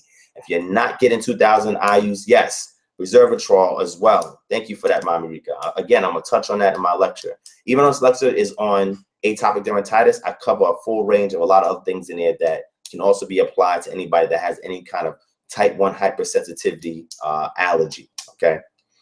So anyway, let's move forward. Let me go ahead and show you guys this information on research. It's 4 in the morning. I didn't even realize it's 4 in the morning. Thank you for y'all who can sit through and listen to me talk. I mean, I try to be interesting even when I'm tired. But I thank you guys for supporting me and being interested to be up at 4 in the morning and listen to me talk. But anyway, so let me go and get to this information, because I know y'all are really chomping at the bit for information. I got y'all. Give me 1 second. Let me share this screen. Let me go and share this screen. All right. So the first thing we're gonna do is I'm gonna show y'all. Let me show you this one. Right. All right. So this is a PowerPoint from. This is my Minority Report PowerPoint, a rare archaeological and anthropological witness to the existence of the ancient Israelites. As you can see, this has 805 slides. I cut down 200 slides because it was too lengthy. And I still probably need to cut more slides out. But all of this is evidence to support the existence of the ancient Israelites. That's what all these slides deal with, right? But before I started the lecture, if you go back and watch the Minority Report Part 1. It's on my YouTube channel.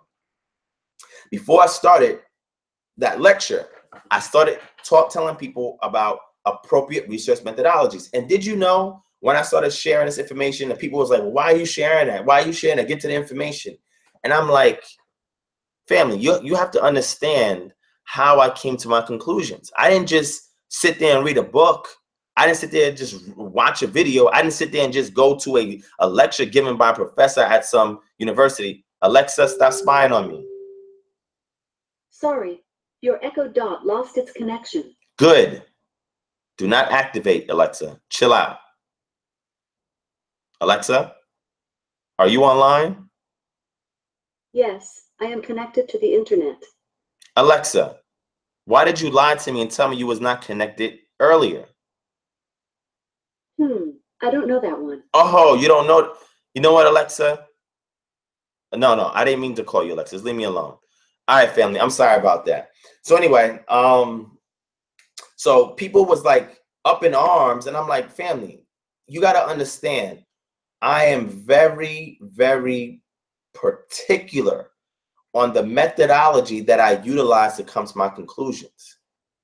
the one thing that I can say that I learned about college, even as a dropout, is research methodology, critical thinking, and forensic analyst. Okay, when I went to college, I went to John Jay College. I went there for forensic psychology.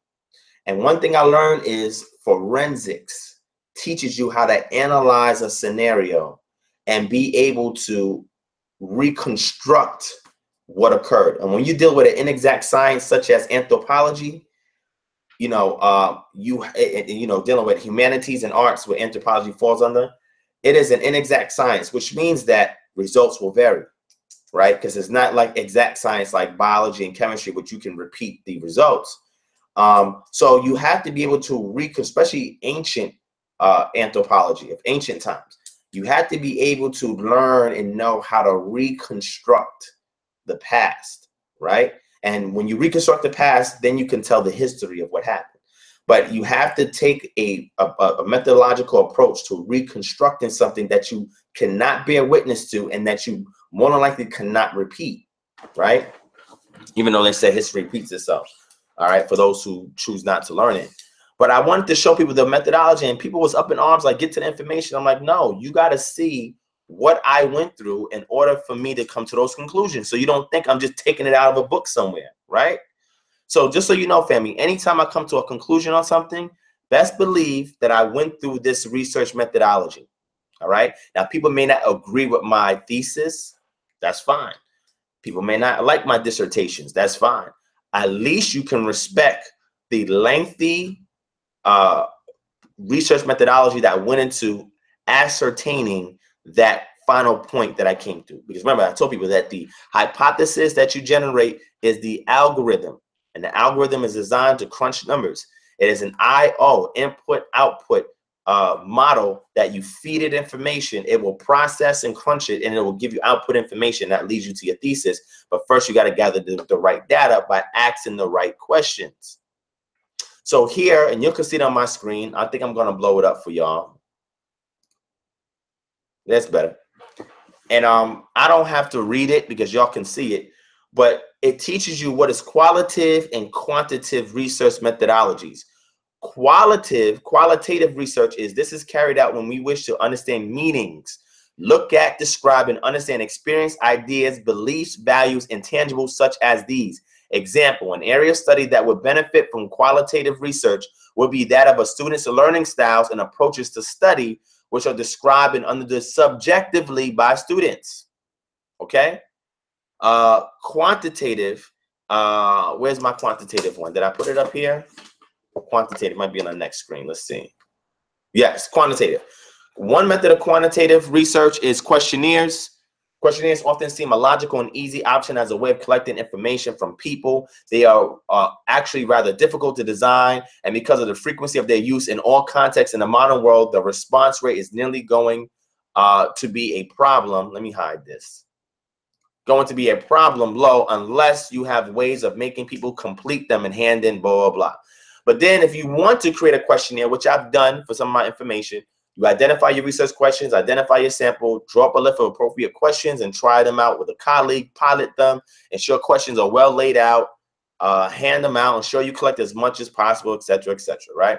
Now, those of y'all who are interested in research methodology, get this book called The Postgraduate Research Handbook, Succeed with Your MA, MPhil, EDD, and PhD, second edition by Gina Whisker. I'm telling you, this will be one of the best tools in your tool shed if you want to do research, right? You ask research questions. That's what I do every time I approach my research. You create a hypothesis. Scientists and social scientists that have observed or experienced certain patterns and would like to try out whether they are logical and causal relationships between events and or things are likely to want to construct and test hypotheses.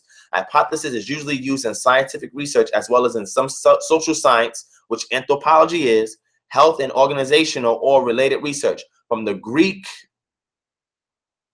I should know that, but for some reason I can't see that. It's really small. But anyway, it means to suppose or suggest something that can then be tested or tried out. Hypothesis consists of either a suggested explanation for a phenomenon or a reasoned proposal suggesting a possible correlation between multiple phenomena. Then we go to a research question.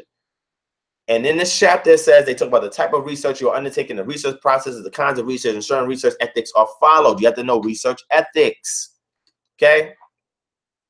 The research process. Research is about asking and beginning to answer questions, seeking knowledge and understanding of the world and its processes, and testing assumptions and beliefs.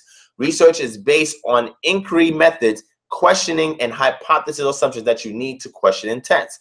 Problem, experience, observation, interest, and a more scientific or social science hypothesis. Does this happen? What if this was tried? Is it expected that if this happens, then this will happen? Let us see. Investigation and experimentation to test the hypothesis. Asking or research questions. Look at the effects of interactions, interpretations, how and why things happen and work or not, how they might, and so on and so on. Both forms of research therefore involve data gathering, data analysis, and interpretation of the findings, confirmation or disapproval of the hypothesis, or addressing or answering a question, producing conclusions, advancing our understanding and our awareness of the interpretations of the meaning in the field, as well as our knowledge. And this goes even more into research methodologies. The choice of methodology and the methods for your research follows on naturally from your worldview and philosophy, and from the clear definition of a title and of the research questions that underpin your research. Different disciplines tend to favor different methodologies. So there's no one specific methodology that works with everything, right? You have to customize and cater it to the specific subject matter that you're looking into, right? So research methods. Methods are vehicles and processes used to gather the data, right? For social scientists, the range of research approaches includes positivism, interpretivism, structuralism, postmodernism, post-structuralism, and constructivism. Methodology includes the following concepts in the context of a particular discipline or field of inquiry: a collection of theories, concepts, or ideas, different approaches, critique of individual methods. You'll see it talks about methodology as the rational and philosophical assumptions underlying a particular study, rather than a collection of methods, though the methodology leads to and informs the methods. Ontology. This means being in the world, self-subjects, how you experience and perceive yourself in the world. Whether you believe, for example, that the world is knowable and we all share the same sense of reality and personal solidity, or whether we perceive differently, although we might agree to communicate as if the world were fixed and reality the same for all of us. Epistemology is knowledge, most particularly of the ways in which different disciplines construct, interpret, and represent knowledge in the world. Methodology affects the questions you ask, the kinds of research you carry out, the methods used, the modes of analysis used on your data, what you can argue as findings for your data, which I do all the time. That's why I say I have resources, I have sources, I have citations, and when I debate somebody, I ask them to also provide theirs and want to know what was your methodology behind coming to that conclusion, right? You have descriptive research, right? What you see right there. Descriptive research aims to find out more about a phenomenon and to capture it with detailed information. Explanatory research. Explanatory research asks both what and why questions. It begins with the question, does X happen? Followed by why does X happen, and sets out using a variety of methods to discover whether what is in question is true or not. Essentially, it explores both simple and sometimes also complex issues. Explanatory research. Explanatory research also asks why questions. It specifically seeks to look at the cause and effect relationship between two or more phenomena. It can be immensely helpful when description and simple exploration have come up with a number of variables that confuse rather than clarify the assumptions and hypotheses. Action research. Action research explores and informs practice. It also asks what-if questions. It is experientially based and usually set up to try and solve a problem or try a hypothesis that can improve a practical situation. This is what I utilize for my proactivism family, all right? And then it goes on and goes on, all right? So, go back to the book. This is the type of information I read. I read postgraduate. Hold on, family. Hold on. Gotta put the camera back. Let's go back to it, right? All right. My tools that I use are typically user-friendly postgraduate resources.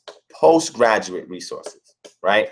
To me, I found that these have been the most helpful tools in helping me with my research methodology.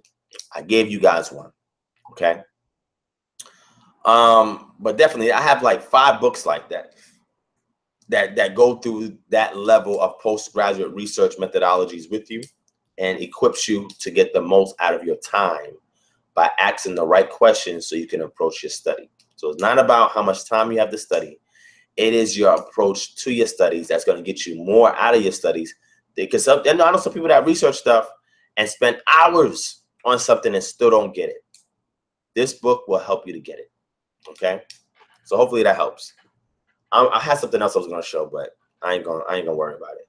So let me close this out. And mind you, family, when I did the Minority Report, that is the book that I had to read through and utilize the methodology in that book and apply it to getting this data, coming to these conclusions that you see in the Minority Series report. All right. And every other lecture I've done, you know, in regards to my research, right? Me presenting my research, my scholarship is based on that methodology, right? So that's that. Let's see.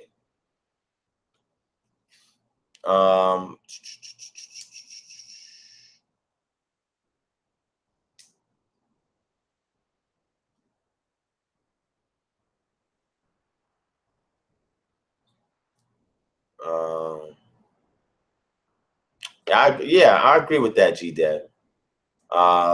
Peace to Latoya Loves Locks. Let me see. Who else I ain't catch? Who else I ain't catch? I'm gonna make sure I shout everybody out. Deborah Swart asked for the title of the book. The title of the book is called, hold on. I'll get it for you. Give me 1 second. Title book is called The Postgraduate Research Handbook, 2nd edition by Gina Whisker, and the publisher is Palgrave Macmillan. The Postgraduate Research Handbook by Gina Whisker. All right. You always go back to the video and you guys can see that information that I went through. All right. All right. So I think I shouted everybody out. Cool. Oh no, Noel Shaduj. That's crazy. You say that that was my exact major going into college for the same reason you're talking. Yes. Zarak Yasharala. Shout out to Zarak Yasharala. Let me see. Series B. Shout out to Series B. Anunnaki Offset. Shout out to the sister Anunnaki Offset. Peace to you, sis. Stephen LaShawn Williams. Shalom to the brother. The Zone Man. Shalom to the Zone Man. He says you're very knowledgeable. Thank you, my brother. I received that very humbly. But like I said, it's only because I have a desire to help the people, right? I try to be a Swiss Army knife. And, you know, Swiss Army knives are not like the expert tools that you use. But in a pinch, they are functional enough to get the job done. And sometimes, you know, my approaches may be a bit crude and may not be as refined as somebody that may have a doctorate degree or a master's degree. But I'm telling you, I'll get the job done. That's what I do. I get the job done. I have a knack for being very particular with things. And I'm a perfectionist. Unfortunately, that contributes a lot to my procrastination, because I'll do something over and over again. If I don't feel it's perfect, I will not release it. I will not do it. I will not move forward. And that's something I've been fighting for years, being a perfectionist. You know, I'll buy something, it'll have some very minute dent that nobody can see but me. And I'm like, oh, I can't keep it. I got to return it. You know what I'm saying? Somebody told me one time, like, that's like part of ODD, you know, or whatever, but I don't think it is. But I've learned to channel it to the work that I do, so that way I could be very detailed, right? A lot of times I realize that I can't fit an enormous amount of detail, even though people say my lectures are filled with details. I be trying to tell people, man, if you only seen the scrapbook before that lecture was done, this lecture only got maybe a fourth of the information that I've gathered and things I wanted to say. So anytime you see a lecture by me, you're only getting a fourth of what I really wanted to put into there, because, and it be lengthy, but every part is necessary, right? And I'm working on shortening it a little bit more, but man, I'm telling you, every part is necessary. And I try to create lectures so that way, if you don't get a video from me in a while, you can just go back to my old lectures, and it's loaded with so much information. I mean, you can't get everything in one sitting. And I design it that way so that you can't get everything in one sitting, because it's designed to inspire you to study and research the things that I say, the sources that I show. It's designed to empower you to go back and research for yourself. I don't want to just give you everything. You know, I want to give you information to inspire you to go back and research for yourself. All right. All right, let's see. It's almost 4:30. I think I'm going to spend maybe about 15 more minutes with you guys. KB I dead. Peace to KD I dead. Give him a shout out. Let's see. I think I got everybody. Quality over quantity. Yes, quality over quantity.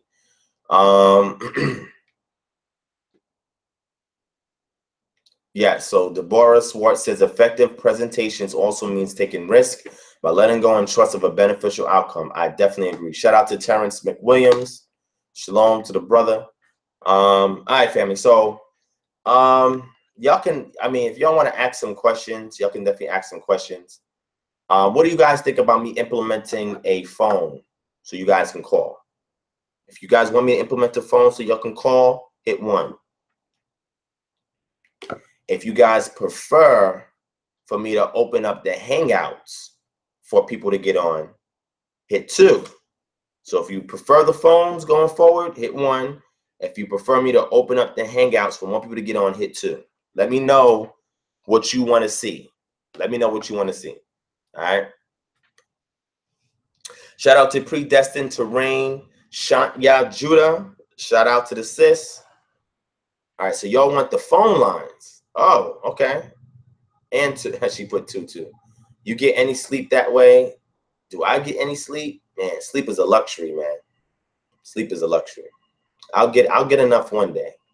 But as long as there's work to do in our community, whether it's scholarship, health, debt, law, activism, you can't. When you have an obligation to help and assist and serve, it's very hard to sleep. You know, at one point in time, I did get a lot of sleep, but now I realize that there's so much going on, and being a chief servant, I have to labor for the people. So sleep is a luxury, right? WhatsApp or Skype for international 1. Ezekiel said. Melanie said 2. Nah, man. D-Red is a scholar, man. He knows his stuff.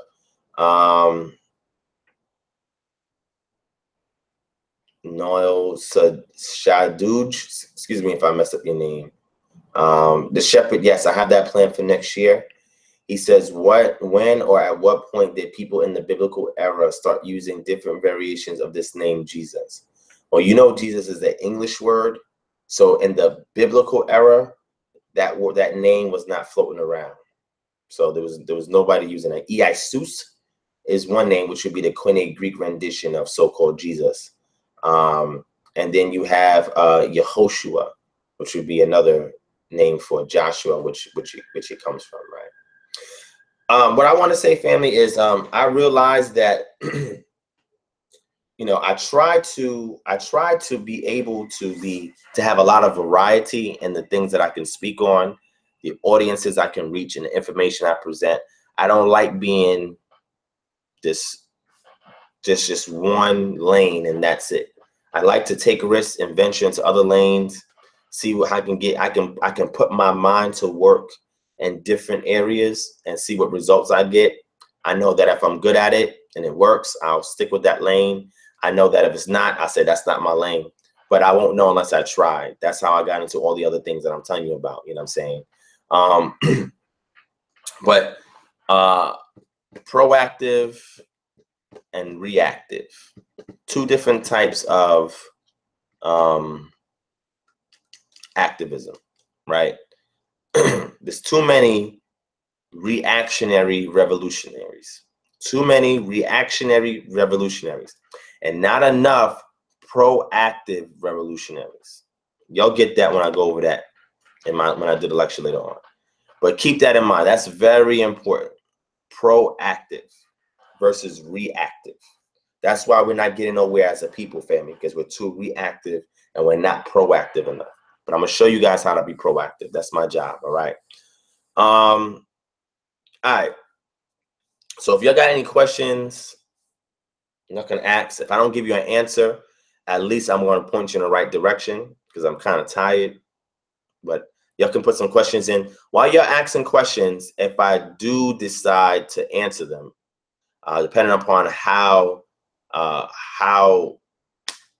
quick it is to answer it, I will. If not, then I'll save it for another time. But I'm gonna go look for some information I want to share with you guys. Let me find something. Give me 1 second. I want to find something for you guys. Because I always got a treasure chest, pull stuff out. But again, family, I want you guys to go back and get those postgraduate research handbooks and read them, research them, study them, fall asleep with them, and they will help you to, because like I said, if you don't know where to start, you're going to waste a lot of time with any little bit of time you have available for studying.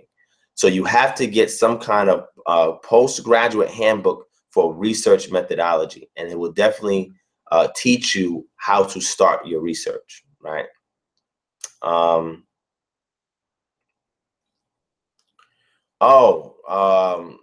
Shawnee just said she's having a power failure in her area.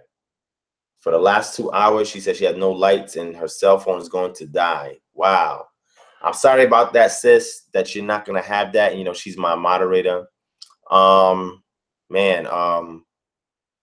Hopefully everything's okay. If not, then email me or inbox me or text me, and I'll see what I can do to help you, sis. But if you do drop out, at least I'll know what happened. But once everything comes back on, reach out to me to make sure that you're okay. Let me know that you're okay. All right. Ezekiel, no, I don't, but I definitely will when I make my trip to Ethiopia.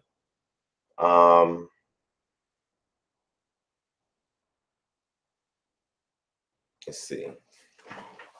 All right. Let me look for this, family, while y'all chatting it up out there. Let me look for something for y'all real quick. All right. Let's see what's going on here.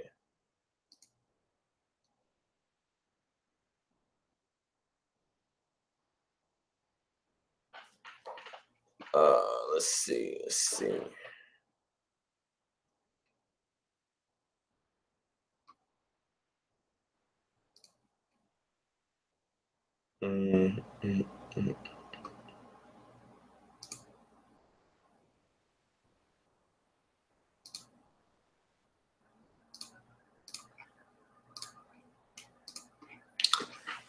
All right. All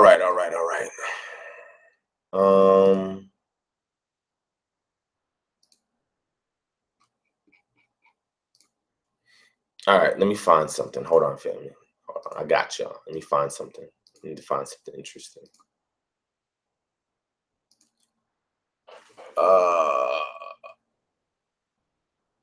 What is the best book author on the Chronicles of the Kings of Judah and Israel? That's considered a lost book, but it can be reconstructed via history and the text itself. Also, you have to study archaeology. That will also help you to figure that out. But that's a great question. Email it to me, kingdomharmony@gmail.com. I'll get to it. I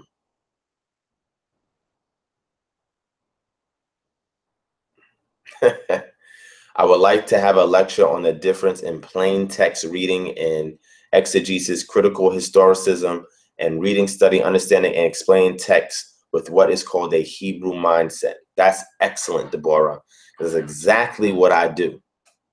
I have a lecture where I do touch on that, actually. If you go to my lecture called Revisiting Exodus 12:39, how many Israelites actually exited out of Egypt, you'll be able to see me talk about my research methodology with a Hebrew mindset. If you also go to my lecture, it's called the Cultural Liberation Through Research and Application, part 1, and look at all 3 parts of the lecture I did called the Jubilee of B1:14-18. And if you watch that first video, I go into methodology from a Hebraic mindset. When I say Hebraic, to my indigenous mindset, that's more Eastern as opposed to Western approach on things. He says, why doesn't scripture explain more about what happens when you die? That's because the people who did die did not come back to write on those experiences, right? That's why we don't have a lot of that information. And until we get more dead people who's actually been dead for years come back and tell us what's going on, you know, because you have people that talk about familiar spirits that come to them. People have ascended masters that they speak to. You know, and if you don't know what ascended masters is, you'll find out this Jesus Christ character. You'll see who that Jesus Christ character is. Look up ascended masters, type in ascended masters, Jesus Christ. Ascended masters, Jesus Christ. Look it up. Madame Blavatsky went into that, and she actually gave a very interesting angle on that. All right. Man, you see Shawnee, man? Shawnee, man, yo, she's really dedicated, man. That's a good sister right there. And if y'all don't know, go and subscribe to her channel, Talk Truth with Shawnee. She has a lot of good information on there. But, yo, she says she's going to stay here until her phone dies. Man, imagine if we all had a team with people like that, that was committed like that. I have some good people around me, so I ain't going to lie. I have some really good people around me. But I want that for everybody. You know, I try to be a good person for other people, because that's what I will want to attract. You know what I'm saying? So you attract what you are. But anyway, so like I said, nobody knows really what happens when you die, because nobody has died for years. Now, I'm not talking about being medically declared or clinically dead for 30 seconds or for 1 minute. That's not you dying, okay? I'm talking about being dead for years and centuries and millennia, and coming back and telling everybody what happens when you die. Every culture has devised their understanding of death, and via the lens of that culture and the importance of death. Because remember, how do we get here and what happens when we die? How do we get here? Why are we here? And what happens when we die are 3 fundamental questions that every culture seeks to explain, right? And whatever your cultural paradigm is going to dictate your outlook on that. But like I tell people, for you know, my definitive stance is I do not know. I have an idea, but I do not know, right? And if I ever died, right, God forbid, but if I die, which I'm more than likely it's going to happen, if I am able to come back, right? I'm just telling you, if I am able to come back, everybody that I see in this chat, I will come back to you if I can, and I will answer that question for you, right? Just know that I will do that. If I'm able to do that, I will do that. So don't be afraid if you see some spirit around you, right, saying that it's divine prospect. More than likely, if I passed on, it's me, and I'm trying to answer the question for you. So don't try to do an exorcism, right? Don't try to light no sage or nothing like that, right? Don't try to pray me away. I'm there because you're asking this question. I'm trying to give you an answer, all right? And if I do die, I will do a lecture on that, right? If I'm able to, I'll do a lecture, and I'll come back and I'll give it to somebody to present for me, all right? I'll make sure I do that for you, all right? Real talk. I got y'all. Real talk, all right? All right. So let me, yeah, y'all know I'm crazy, man. I'm silly. All right. All right. See, now y'all distracted me. All right. So let me go into my tool chest. Let me see. What can I take out? What can I take out?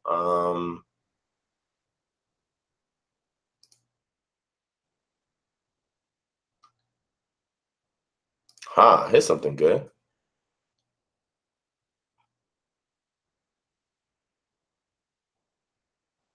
All right. I'm going to share this with y'all. This is something practical. Let me share it with y'all. Hold on. I'll share this with y'all. Let me separate this. All right. So you guys, like I told you guys before, and the people who have experienced it know that I counsel. I've been counseling since 2009, right? So that's, I don't know how many, I think that's 8 years or something like that. So I've been counseling for about 8 years. And I still do counsel. I mean, on all types of, I mean, people in domestic abuse situations, people who've committed crimes, people who've been put out their homes, people who need to make a spiritual decision on something, people who need to make financial decisions on something, people that need to do health decisions on something, people who have issues with family, with friends, with spouses, with kids, excuse me, children. I don't like using that word, kids. So I've been involved in a lot of conflict resolution, right? And I've gathered information along the way to make me more effective at counseling. So I'm going to show you guys some of this information. Okay, if anybody wants this document, just email me, kingdomharbinger@gmail.com, because some of y'all may have conflicts in your life. And unfortunately, I may not be available to help you with that, but at least I can get you on the right track and give you some information to help you with your conflict resolution skills. Okay. So I'm gonna show you guys this information, and I'll end off with this because it's getting late. I want to give you guys some practical stuff tonight too: research methodology, conflict resolution. This is all practical stuff. And when you get this lecture that's coming up next day or two, it's gonna be even more practical, right? So let me show this to y'all, and I'm gonna go to bed, family. All right. Give me 1 second. Let me get this out. Let me get this for y'all. All right, so this is what this is going to do is assist you with conflict resolution skills. All right, so this is managing and resolving conflict in a positive way. Conflict is a normal and even healthy part of relationships. After all, two people can't be expected to agree on everything at all times. Since relationship conflicts are inevitable, learning to deal with them in a healthy way is crucial. When conflict is mismanaged, it can harm the relationship. But when handled in a respectful and positive way, conflict provides an opportunity for growth, ultimately strengthening the bond between two people. By learning the skills you need for successful conflict resolution, you can keep your personal and professional relationships growing strong.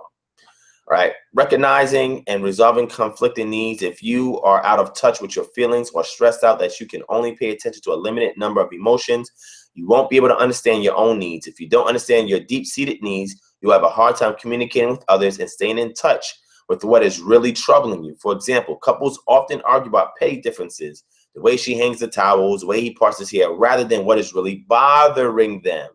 A pet peeve is just a flag, a red flag, that there is something that occurred with that person that they're now expressing that pet peeve about.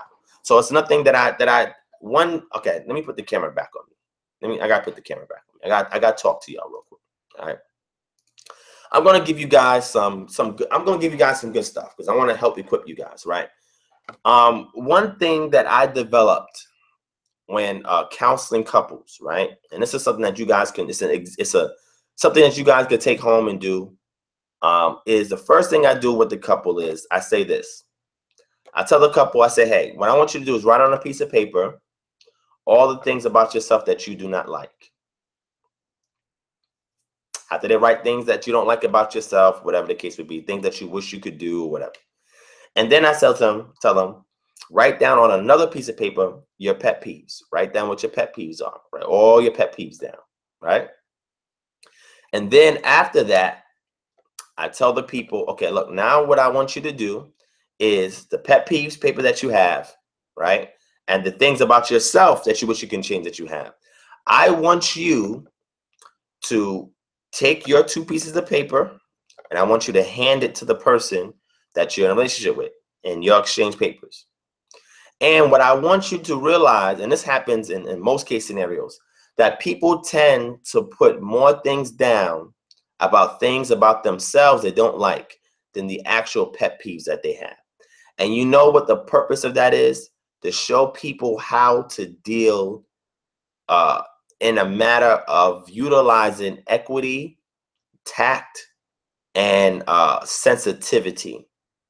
So what tends to happen is I realize that a lot of relationships do not work because people they have a lot of petty differences, right? Things that are not critical or crucial to actually adversely affecting a relationship. And people think because of certain pet peeves that they have, that is what's going to deter them away from a person. I tell somebody, I say, hey, the best way to know if you're with the right person is if the person you're with now never changes, never improves, never changes, can you see yourself being with them until the day you die? Is the things that you're not too happy about manageable enough that there's more pros than cons? Anyway, so they give each other 2 pieces of paper and they read it. And what this typically does is that it's a great equalizer. You know why? Because I tell the person, do you see all those pet peeves you wrote down? Right? And then you look on the other piece of paper, you see all those things about yourself that you don't like. Now imagine if you broke up with somebody because of these petty pet peeves that you have, when you don't realize that the things about yourself that you don't like is evident to the other person. But because they love you, they're willing to not overlook those things that you don't like about yourself, that you want to improve about yourself, but they're willing to investigate it and find ways to make you better and trust you to watch their back on things to make them better. And I guarantee the things about yourself you don't like, when you start to get to the root of those, to investigate it, to analyze it, to resolve it, you'll have less pet peeves on that other piece of paper. All right, maybe I'm giving out too much. I don't know. If you guys like that, hit 1. If not, I'll move on to something else. Just let me know. I don't know. Whatever. I don't know.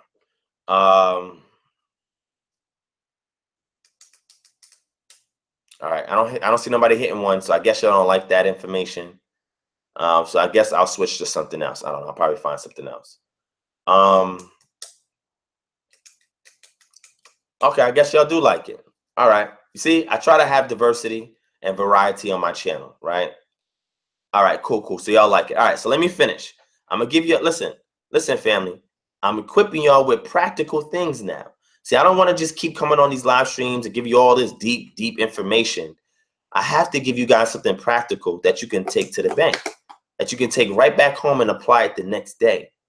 Conflict resolution exercises. I have millions of them. I've still developed them, and I give them out free. Once I counsel people, I said, whatever I showed you, the best way to pay me back is to give it to somebody else. Because I can't reach everybody, but at least the people that I do reach can reach somebody else that I can't reach, and they can help them out with it. You feel me? So let's go back into conflict resolution, because we all deal with conflicts in our community, amongst our family, our friends, our relationships, etc. And I want you guys to have great tools to deal with conflicts, right? It could be on your job, it could be with your family, it could be with your children, it could be with your spouse, it could be with just anything. It could be a conflict within yourself. I tell people all the time when I counsel people, a question I ask people, I said, do you feel that the majority of your issues are intrinsic or extrinsic? Right? It's a question I ask them. Quick evaluation, they'll tell me. And then I say to them, do you think that if I was to buy an island, right, and give you all the resources on an island that you need to survive, right? I may not tell you how to use them, but it's on there on that island. And that island's available. And I'm willing to give you that island. Do you think if you go to that island that all your problems will be solved? Because you have people that say all the time, oh man, if I was by myself, I wouldn't have these problems. Or oh, if I was on an island by myself, I wouldn't have these problems. I tell people, I said, this is what I want you to do. If you think that people are at the source of all your issues, I want you to take a vacation in a remote place by yourself.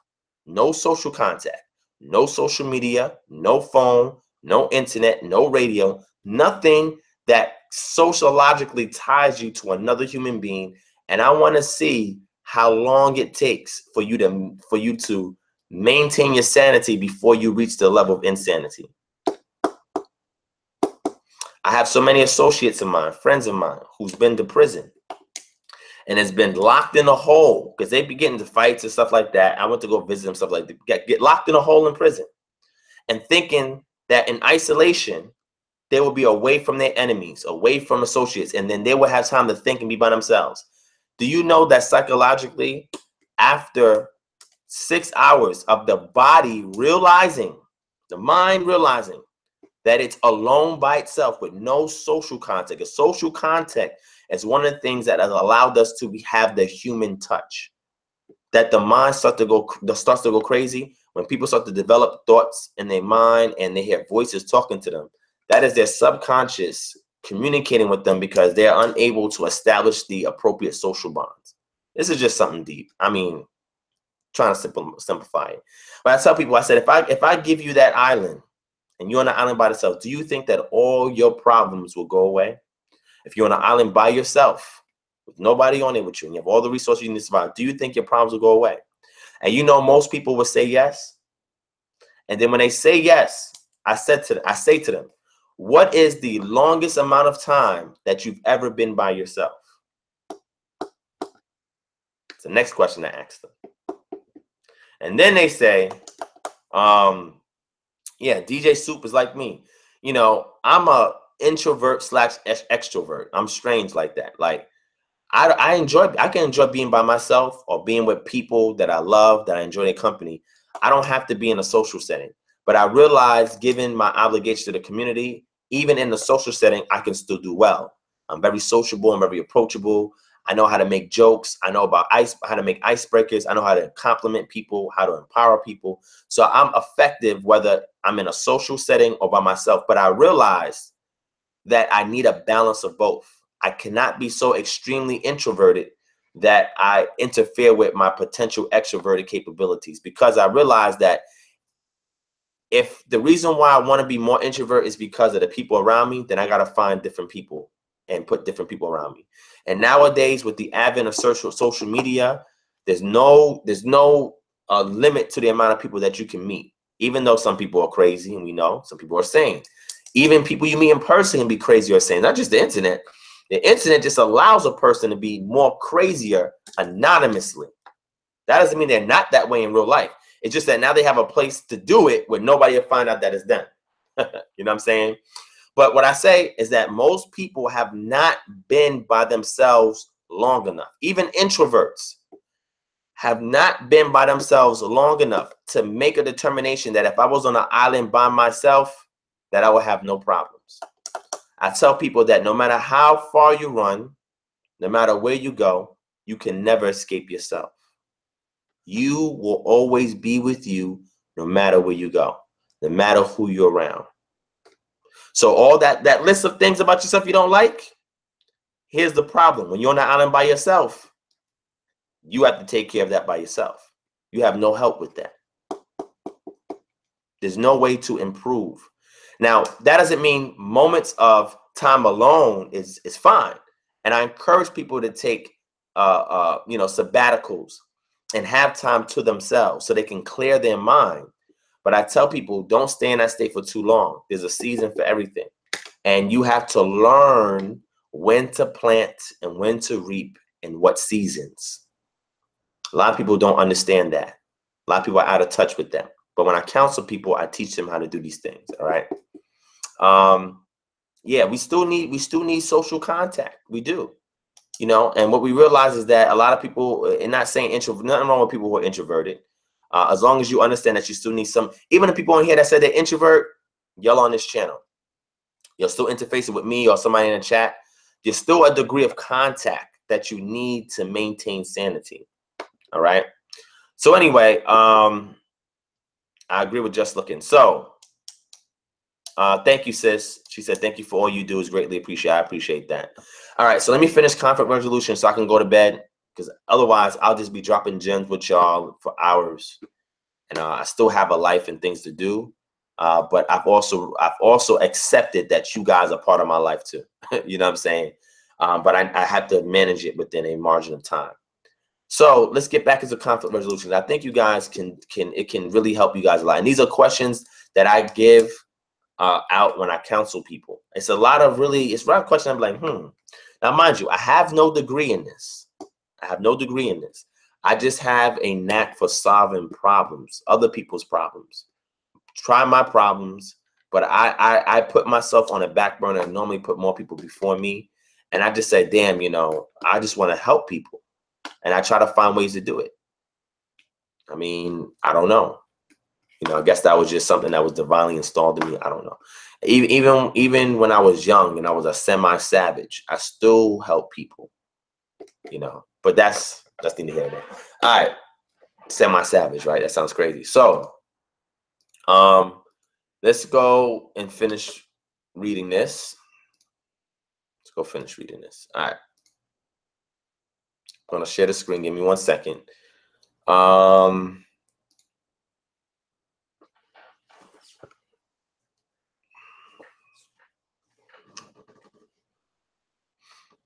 All right, cool. Shawnee's still in the game. She says she turned on her generator and she's in the. How many of y'all got generators out there?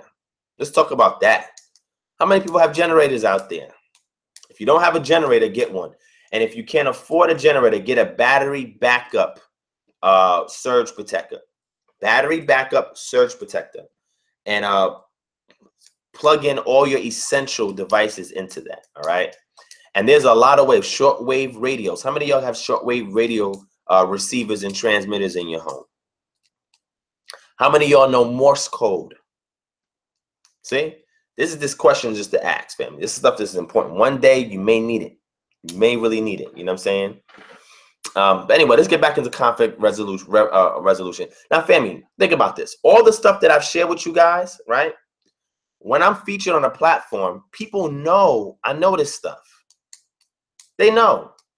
And you guys know which platform I'm talking about. I ain't going to put out, but that's the main platform that I be on. They know that there's a wealth of information and on practical things that I would love to share with the community. They just blackball me from doing so. It's a shame that more people are not getting access to the stuff that I'm sharing that could use it, that can change their life. I don't know. I don't know, family. I don't know. Maybe it's just me. But thank y'all for listening to my thoughts, right? So let's get back to this conflict resolution so I can go to bed. Let me share this with y'all. Share this with y'all. All right. Let's finish reading, right? The fundamentals of conflict resolution, right? Conflict arises from differences. It occurs whenever people disagree over their values, motivations, perceptions, ideas, or desires. Sometimes these differences look trivial, but when a conflict triggers strong feelings, a deep personal and relational need is at the core of the problem, a need to feel safe and secure. Always remember that, family. Human psyche dictates that everybody wants a sense of safety and security, a need to feel respected and valued, and a need for greater closeness and intimacy.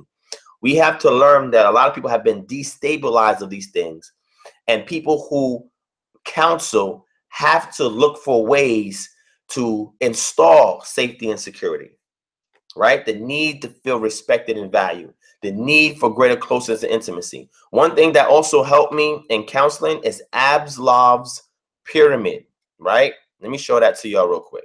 Hold on. Let me show that to y'all real quick. All right. Pyramid, what people say is the pyramid of needs or whatever the case may be, right?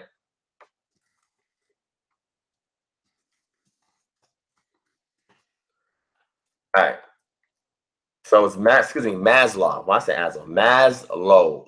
Maslow's pyramid. All right. I'm gonna show you guys this. This something is I'm gonna show you guys this, right? This right here will also help you guys a lot. Study this thing. It's a paradigm that has been replaced by a newer paradigm that they teaches in place of Maslow's hierarchy of needs, right? But I still use this today, and it helps me to understand where I'm at. What I've also done is that I've looked into the scriptures and I've created a pyramid table based on verses in the Bible, so you can assess where you at and you can know what you need to do, right? Depending upon where you're at. So let me go ahead and share this with y'all real quick, right? Let me move back. Come up close to speak to the microphone because I don't know how clear y'all can hear me. But let me show y'all this real quick, right? So there's 1, 2, 3, 4, 5, right? 5 areas that we actually need to assess that anytime in your life, a lot of times we cannot reach self-actualization because we're trying to stabilize one of these rungs on this pyramid. The most basic needs, which we will say is the lower self and the higher self, is food, water, warmth, and rest. If you are devoid of these things, struggling to have these things, it is very difficult for you to make it up to self-actualization, which is the goal. And because of these other needs, it's hard for people to get to the point of self-actualization. So when I do counseling, I examine these things first before with an assessment test before I even engage the person. So I know what is holding them back from reaching self-actualization. The next one is safety needs, security and safety, right? In our community, it's difficult to get food, water, warmth, and rest. Is an issue with security and safety, belongings, and love needs. We've been so there's a schism and a rift within our community amongst the trusting of ourselves, right? But more particularly in the Black community, because we've been taught a form of self-hate and how to devalue and accepting the devaluation of ourselves, that a lot of times is difficult because of the things that happened, the trauma, post-traumatic slave disorder, the trauma that occurred to us, that has been epigenetically imposed upon us. That makes it difficult for us to have intimate relationships and friends, especially with all the things that's been introduced into our community: crime, poverty, lack of political voice, all these things that have prevented us from having intimate relationship with ourselves. We have a trust issue with ourselves. We have security, safety issues, food, warmth, water, rest issues, and the esteem needs. Now, what I realize is that the reason why you don't have a lot of great leaders is because once they get to the point of esteem, they never go further. You know why? Because the point of esteem is seeking for rewards in order to fulfill the ego. And when you are fulfilling the ego, you think that you've obtained the pinnacle of progress, and you haven't. You have not. Self-actualization is achieving one's full potential, including creative activities, becoming a producer as opposed to a consumer, being more objective, being less sensitive when people make comments about you, when they peer reviewed you, when they say things about you. You're objective. You know why? Because your purpose is not predicated upon the negative energy that comes your way. Your purpose is not to fulfill self. It is understand that you're only but one piece of a big puzzle. And that piece of the puzzle that you are is designed to be the ripple effect, to be that water rain droplet into a pond, to create a ripple effect, to affect everything around you. Not how everything affects you, how you affect everything around you, because you're just one of many instruments that was designed to constructively influence or make an impact on society, no matter how small or how big that may seem. But if you're stuck at a point of esteem, that all you seek for is prestige, accomplishment, rewards, praises, you've never reached the pinnacle of your purpose. And this is important, family. And I've done a lesson on this before. I guess I'll do another one if people like it. I'll go more in depth, and I'll show you guys the depth of how I counsel people to make them whole again. It's important, family. These little things, you know, so many conscious, deep people in the community tend to overlook the simple things. Hold on, you got to see my face. You got to see my face. They overlook the simple things, the practical things that's necessary as human beings that we need in order for us to be successful, in order for us to pay more closer attention to what is being said. We need to have these type of counseling sessions, heart to heart, face to face, so that way we can get back in touch with our inner selves and be able to maximize our potential. Like I told you, I live to improve others, to fix problems, to encourage and empower people to be their best. And I think those small things are overlooked by a lot of leaders in the community. See, I changed my tone. So, I've given a lot of heart to hearts in some of these live streams. This one is more important, but we face conflicts every day. And I don't see people jumping at the chance to speak about something as simple as conflict resolution and letting people know where they're at in life and why they can't reach their potential. And these are things I speak about. These things I counsel on. And these things that I equip members of my organization to be able to do in my absence or in their leadership role, because it's not about me. And I'm one person. There's no clones of me. I'm just one person. But these things are essential. So I will implore you guys to ask of your leaders to deal with more practical matters that you can immediately apply and yield results. Okay. Let me finish going through this. After 5 o'clock, I'm about to go to bed. But first, I need to see if y'all are enjoying this, because y'all may not like what I'm saying. And what I teach is predicated upon what y'all like. Okay. Oh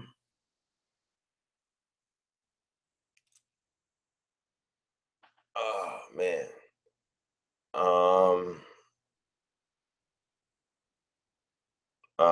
Ayash Hawaz, still waiting your consultation on my eczema. Email me again, Aki, so I can schedule a time for you. All right. Let's do that.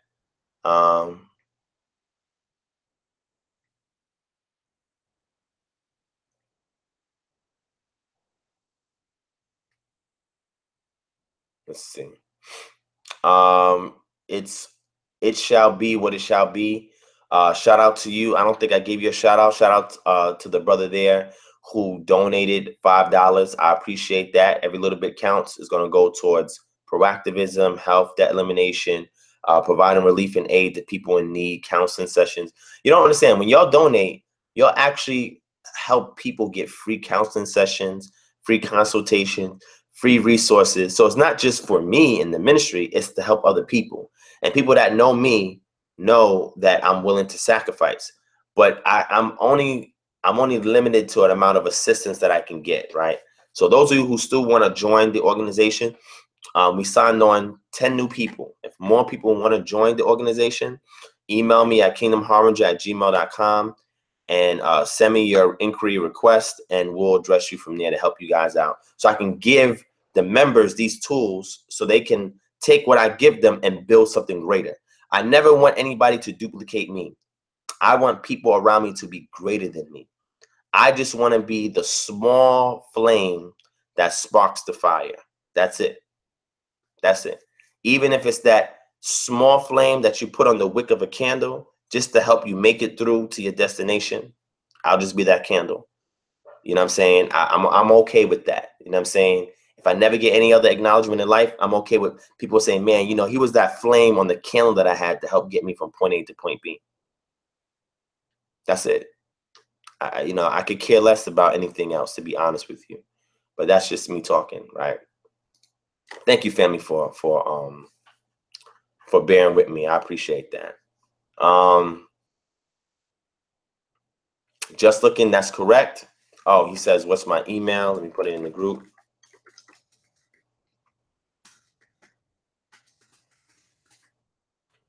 Okay.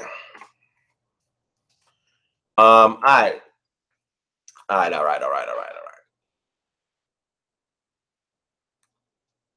Let's go back to conflict resolution. If y'all guys like the information, hit 1. Let me finish off this conflict resolution so I can go to bed. All right. And give you guys something to apply, to research, to study. So if you guys like the information, hit 1. Let me finish it so I can go to bed. So just hit 1. All right. I'm going to go check the information. I finished reading up information. Forgive me, family. I'm tired. So forgive my lack of verbal acuity and organizing my thoughts mentally. But hopefully something I'm saying is reaching somebody.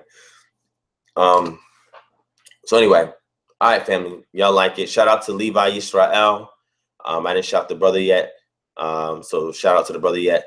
All right, so let's finish conflict resolution so you guys can fix problems in your households. All right, so we get better, we get stronger households. All right. All right. So in personal relationships, a lack of understanding about differing needs can result in distance. And what I do is that I tell people to write down a piece of paper, what are your needs and what are your wants? What are your needs and what are your wants? And what I do is that I show them how to balance and prioritize needs and wants. And sometimes people think they could just, oh, I'm only going to get things that I need. And I say to them, if you're only focusing on things that you need, you're not stable. Everybody has desires. Everybody has wants. Needs can't fulfill wants. Wants and desires can't always fulfill needs. You need a healthy balance of the two. And if you never wrote them out before and had somebody, third person evaluate it, you'll never know how to prioritize and balance your needs with your wants. So if I'm counseling you, don't tell me you just focus on your needs and just tell me all about your wants. I need to see a 1-to-1 ratio with needs to wants. So every need you got, there's a want. Every want, there's a need. Okay. All right. And y'all can see the rest. You know, it says a lack of understanding different needs can result in distance, arguments, breakups. It goes successful conflict resolution depends on your ability to these 4 things, family. Manage stress while remaining calm and alert, not removing stress, managing stress. By staying calm, you can accurately read and interpret verbal and nonverbal communication. And that's what I try to do when I interface with people that be trying to get under my skin, right? Control your emotions and behavior. People say, oh, Devon, you should have spazzed, you should have did this. And I'm like, for what? Why would I continue to feel the conflict when I can resolve it via my disposition? The scripture says very clearly, it says that a quaint answer can quench a hot temper. So a person is arguing, angry, and fiery. You don't return fire with fire. Fire cannot put out fire. You have to contrast it and combat it with a form of water or something to extinguish that fire.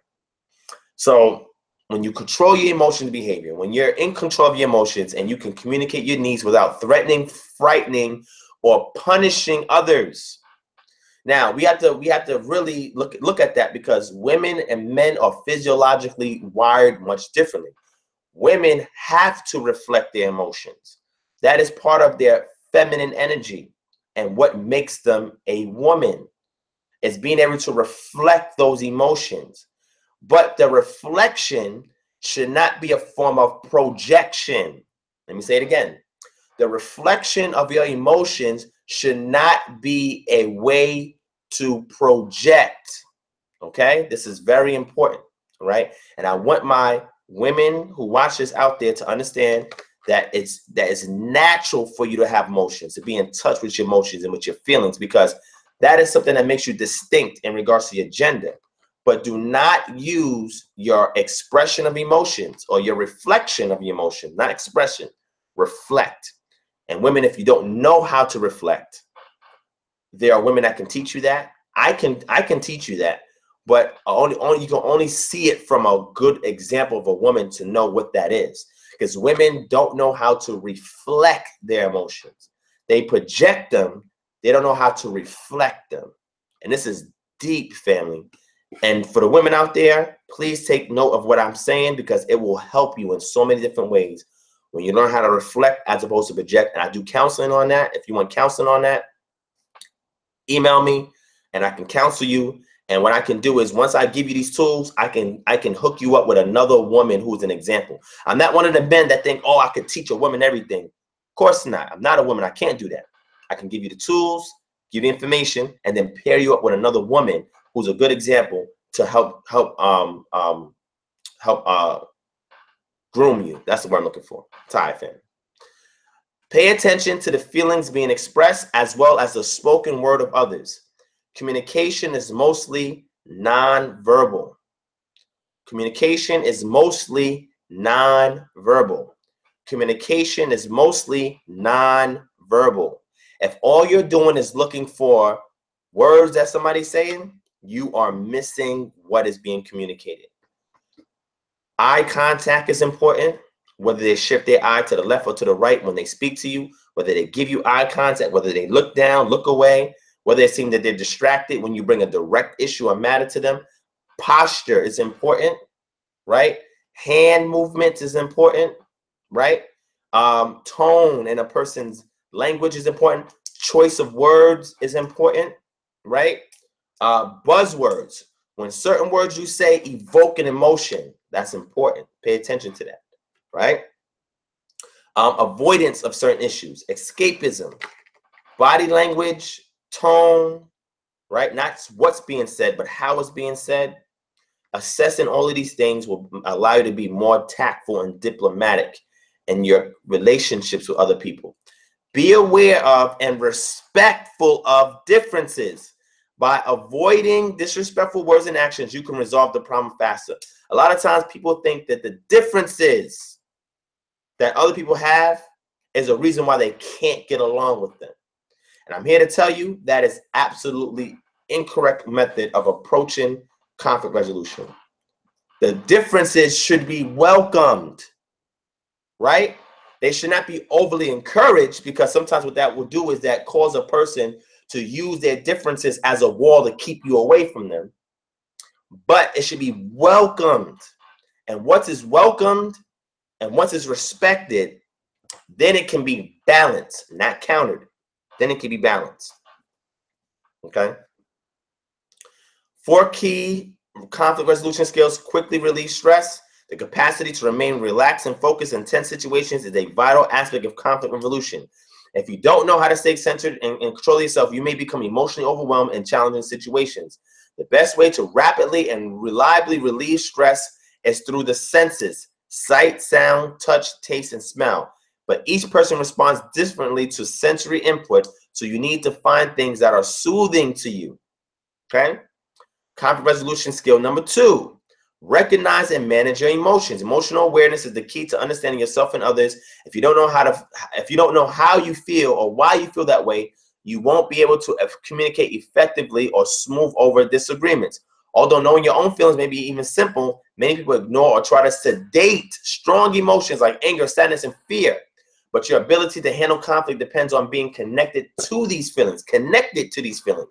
If you're afraid of strong emotions, or if you insist on finding solutions that are strictly rational, your ability to face and resolve differences will be impaired. Family, you cannot be afraid to encounter and to approach strong feelings. When somebody's extremely sad, when somebody's extremely angry, you should always be the voice of reason by analyzing and saying that this emotion is being invoked by something. You don't look at what's going on the surface. You try to investigate what's going on behind the scenes. And a lot of times you can study a person's emotion, the emotional patterns, and it will show that to you. When there are certain situations, when certain topics are brought up, when certain people are around, certain environments, all of this is going to invoke certain emotions out of a person. And what we have to do is that we cannot always be 100% rational, because we lose empathy. When we're too rational, we lose empathy. And that's something that you cannot be limited in when it comes to conflict resolution. Improve your nonverbal communication skills. Remember I told you about this? The most important information exchange on conflict arguments is often communicated non-verbally. Nonverbal communication, eye contact, facial expressions, tone, posture, touch, gestures. When you're in the middle of a conflict, paying close attention to other person's nonverbal signals may help you figure out what the problem or what the other person is really saying. One thing that I'm good at is looking for and analyzing awkward moments. When I sense an awkward moment that I'm about to approach an awkward moment of a person, I try to inject something in there before the awkward moment presents itself, right? I try to stay on top to try to predict something that was said that wasn't well received, something that was said that had a particular facial expression or body language response to it, something that was said that was not responded to. I look for these things that can create awkward moments. and I try to anticipate them and to interrupt that flow of awkwardness and put something in there as a bridge for a gap that would typically create a very uncomfortable situation, right? Use humor and play to deal with challenges. You can avoid confrontation and resolve arguments and disagreements by communicating in a playful and humorous way. It's hard to argue with somebody who is genuinely humorous. It's very hard to argue with them. Why? Because they take things lightly. They don't take things too seriously. And their intent is to also lighten your mood. Look for these things, right? I'm going to give you this. This rest of this stuff, I'll give you another time. Or if you don't want consultation on it, I can give you consultation on it. But tips for managing and resolving conflict: make the relationship your priority. Maintaining, strengthening a relationship rather than winning the argument. Sometimes you have to lose in order to win. It's important. Should always be your first priority. Be respectful of the other person and his or her viewpoint. Focus on the present, not the past. If you're holding on to old hurts and resentments, your ability to see the reality of the current situation will be impaired. Rather than looking to the past and assigning the blame, focus on what you can do in the here and now to resolve the problem. Pick your battles. Conflicts can be draining, so it's important to consider whether the issue is really worthy of your time and energy. Maybe you don't want to surrender a parking space if you've been circling for 15 minutes, but if there's dozens of spots, arguing over a single space isn't worth it. Be willing to forgive. Resolving conflict is impossible if you're unwilling to or unable to forgive. Resolution relies in releasing the urge to punish. Release the urge to punish, which we all want to do when we feel somebody has intruded upon things that we've done, which can never compensate for our losses and only adds to our injury by further depleting and draining our lives. And know when to let something go. And you know you've made progress if you understand what acceptance is. And you know that forgiveness starts with a statement and ends in a state of mind. You got to speak it before you can be it, right? And when it comes to knowing when to let something go, like I said, when you come to the point of acceptance does not mean that you're happy with the way things went and with the way things are. Acceptance means that at the point that you're in your life right now is there by design because of all the all the parts that make up the sum, right? All the parts that make up the sum, which is called synergy, are necessary to bring you to where you need to go. So when you accept the good, the bad, and the ugly and understand that these things are necessary, you can't know good without the bad. You can't know bad without the good. You can't know ugly without good and bad. All these things are necessary in order to drive you towards your destination. And this is a normal way of life, and you must accept it. When you accept that, you have to be hurt in order to appreciate joy. You have to be sad in order to enjoy happiness. You have to be angry to know when to be satisfied. You have to have these things to balance you out. Not saying that you cater or seek to cater to your lower self or the flesh, but you have to acknowledge that it's there and that it is normal, right? But you have to learn how to not allow it to cause you to cross the line. It's okay to be angry. It's okay to be upset. But you have to put it in a forum or an environment that's not going to allow that anger to detrimentally affect anything that any progress that you're working on or any people that's close or meaningful to you, okay? If a conflict is going nowhere, you can choose to disengage and move on. Fair fighting, ground rules: remain calm, express feelings in words, not actions. Express feelings in words, not actions. Telling someone directly and honestly how you feel can be a very powerful form of communication. If you start to feel so angry or upset that you feel you may lose control, take a time out and do something to help yourself feel steadier, right? And put obligation tasks on the other person, right? Be specific about what is bothering you. Do not hint at it. And you know, women are good for that. Women are good at throwing you hints and not being specific. And sometimes that's because they want to encourage you to investigate their need to reflect, so that way you can satisfy certain things about them. Deal with only one issue at a time. Don't try to tackle several issues at one time. Deal with one issue at a time until there's some degree of acceptance and or closure, right? No hidden below the belt. That's not going to help you. Don't generalize. Never avoid words like never or always. Such generalizations are usually inaccurate and will heighten tensions. Avoid make-believe. Exaggerating or inventing a complaint or your feelings about it will prevent the real issues from surfacing. Stick with the facts and your honest feelings. Don't stockpile. Stirring up lots of grievances and hurt feelings over time is counterproductive. And how I deal with this, I tell people all the time. I say, hey, what if you had a debt situation and you owe $1 million, right?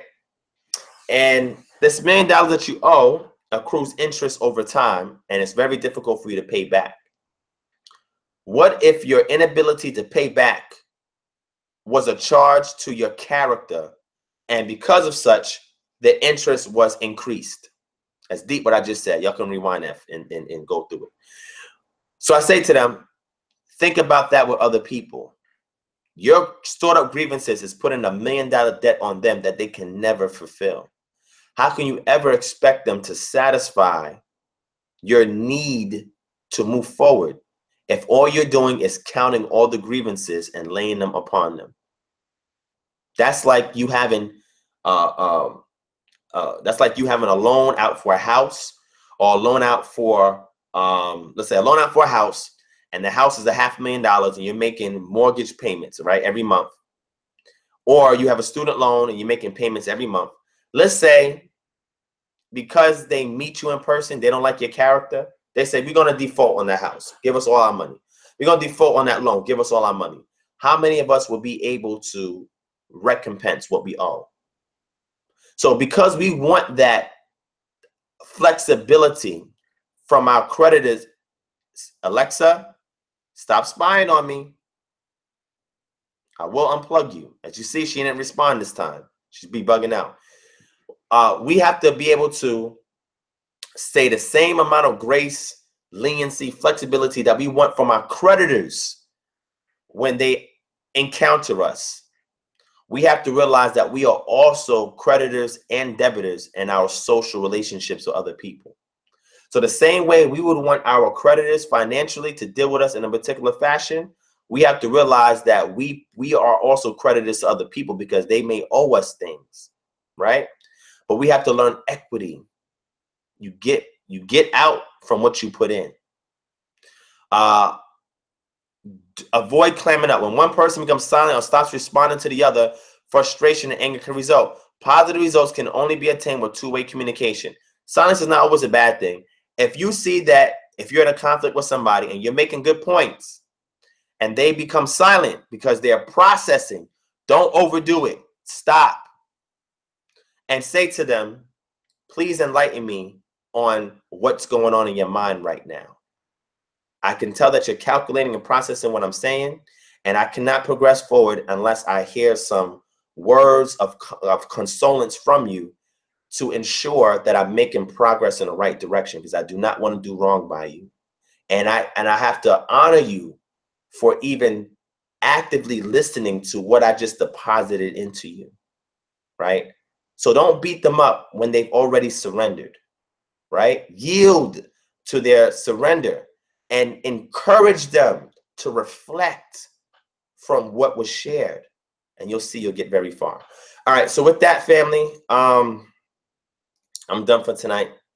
Tired. If you guys want to donate, you can click that that $ under the chat. You can do a super chat donation. If you want to if you guys want to commit to the monthly donation, I know people have asked me about that. And people have asked me if I know about Patreon. You go to my Patreon account, look up Divine Prospect, and you can commit to the amount that's on there. It's a $10, $20, and $50 monthly commitment if you want to support this ministry and then get something also in return, because I'm not going to take your funds and not cater to a need that you have. I want to make sure I take care of you, family, when you take care of me. If you want to do the GoFundMe route, look up Kingdom Harbinger. You can donate there. PayPal's at kingdomharbinger@gmail.com. These are all the ways if you want to donate. If you want to donate, you're not required to donate, I will still give you content, information, assistance, even if you don't donate. But the people who do donate, they make it possible for more people to be helped. So if anything that I've said, I've done, helped you guys, you want to financially assist me, fine. If you just want to give me your prayers, your well wishes, your support, I mean, I could take support over money anytime, right? Because people may not be capable of financially supporting you, but they can give you encouragement. They can't cheer you on. They can't support you. They can recommend people to you. There's other ways that people can assist you as opposed to just finances. So that's why I don't demand finances or only request finances. That's one element that assists, but there's other ways that when people help me, I help them back. I'm one person family with a small ministry of people that's assisting me. I'm learning now to better delegate things to them so I can reach more of you guys and help you guys out. So please bear with me during this process. I got you. Just bear with me. I got you.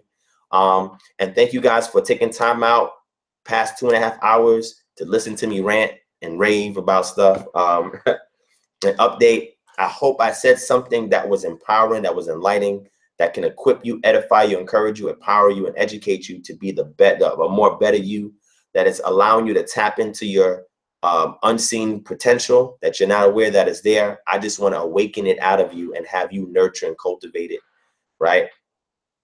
And I want you guys to be the best that you can be because you owe it to yourselves, because nobody's going to treat you like you're going to treat you, right? Unless you have somebody that's on the same page as you. Never devalue people who are yearning to assist, to help you, and not asking for anything in return. That's when you know it's genuine, all right? So hopefully you guys know that this wasn't no deep scholarship session. This was just more me talking to y'all, me reflecting, if you want to say lack of better words, me equipping, empowering, edifying, educating, and giving you guys practical things that you can utilize in your day-to-day activities. So that way, when you do open your mind to receive this deep stuff that I teach you or share with you, you don't have these hindrances in life that hold you back from receiving the wellspring of knowledge that you can receive, that you'll be more ideologically capable of receiving if a person would just take the time with you and help remove the hindrances, which I'm willing to do, right? So I love you, family. Thank you for watching. I'm going to check the chat real quick, and then I'm going to sign off. I don't know if y'all enjoyed it. If y'all like this, hit 1. So I know to share these things, make videos about these things, do lectures on these things. I don't know if you guys like that type of stuff. But there's more than me that meets the eye. I've learned to create skills within myself. So no matter what scenario that I'm in, that I will be able to have a tool necessary to get me out or to get somebody else out.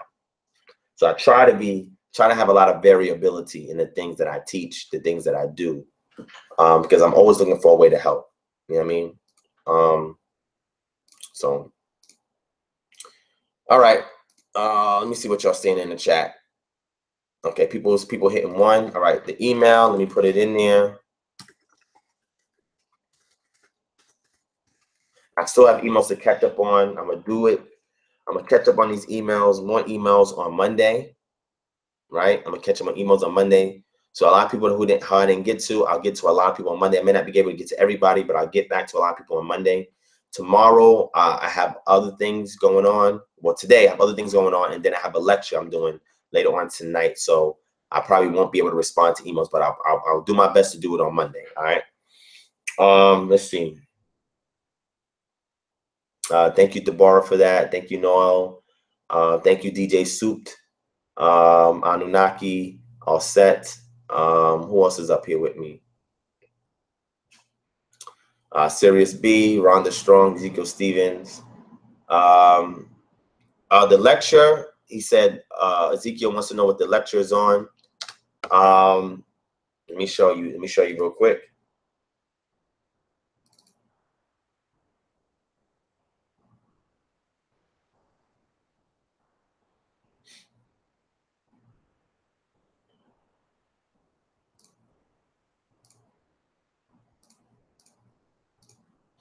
All right. This is a lecture right here, Unity Through Autonomy, a unique approach to collective politics, economics, and housing for the Black community by Divine Prospect. All right. So we're going to go into pressing issues plaguing the Black community, some solutions, unity, autonomy, forms of revolutionary activism, etc. All right, we're going to go really in depth in all of this stuff. All right, it's 69 slides. I do have to add a few more slides that I didn't get to do tonight, but I'm gonna try to put at least 2 to 4 hours before I do the lecture to get everything in order. I'm gonna try to squeeze it in tomorrow to get it done, because I don't want to procrastinate on this no more. I want to get it out the way so you guys can take it and apply it ASAP. But this is what the lecture is going to be on. I'm going to take my time with it. There's a lot of information in here. I'll be reading as well. I'll try to make it as engaging as possible. But I guarantee that after you guys get this information, that you can apply it and get results in at least 60 to 90 days, if not immediately. All right, depending upon what your scenario is where you live. All right, so that's what the lecture is on later on. All right. Yeah. So you can close that.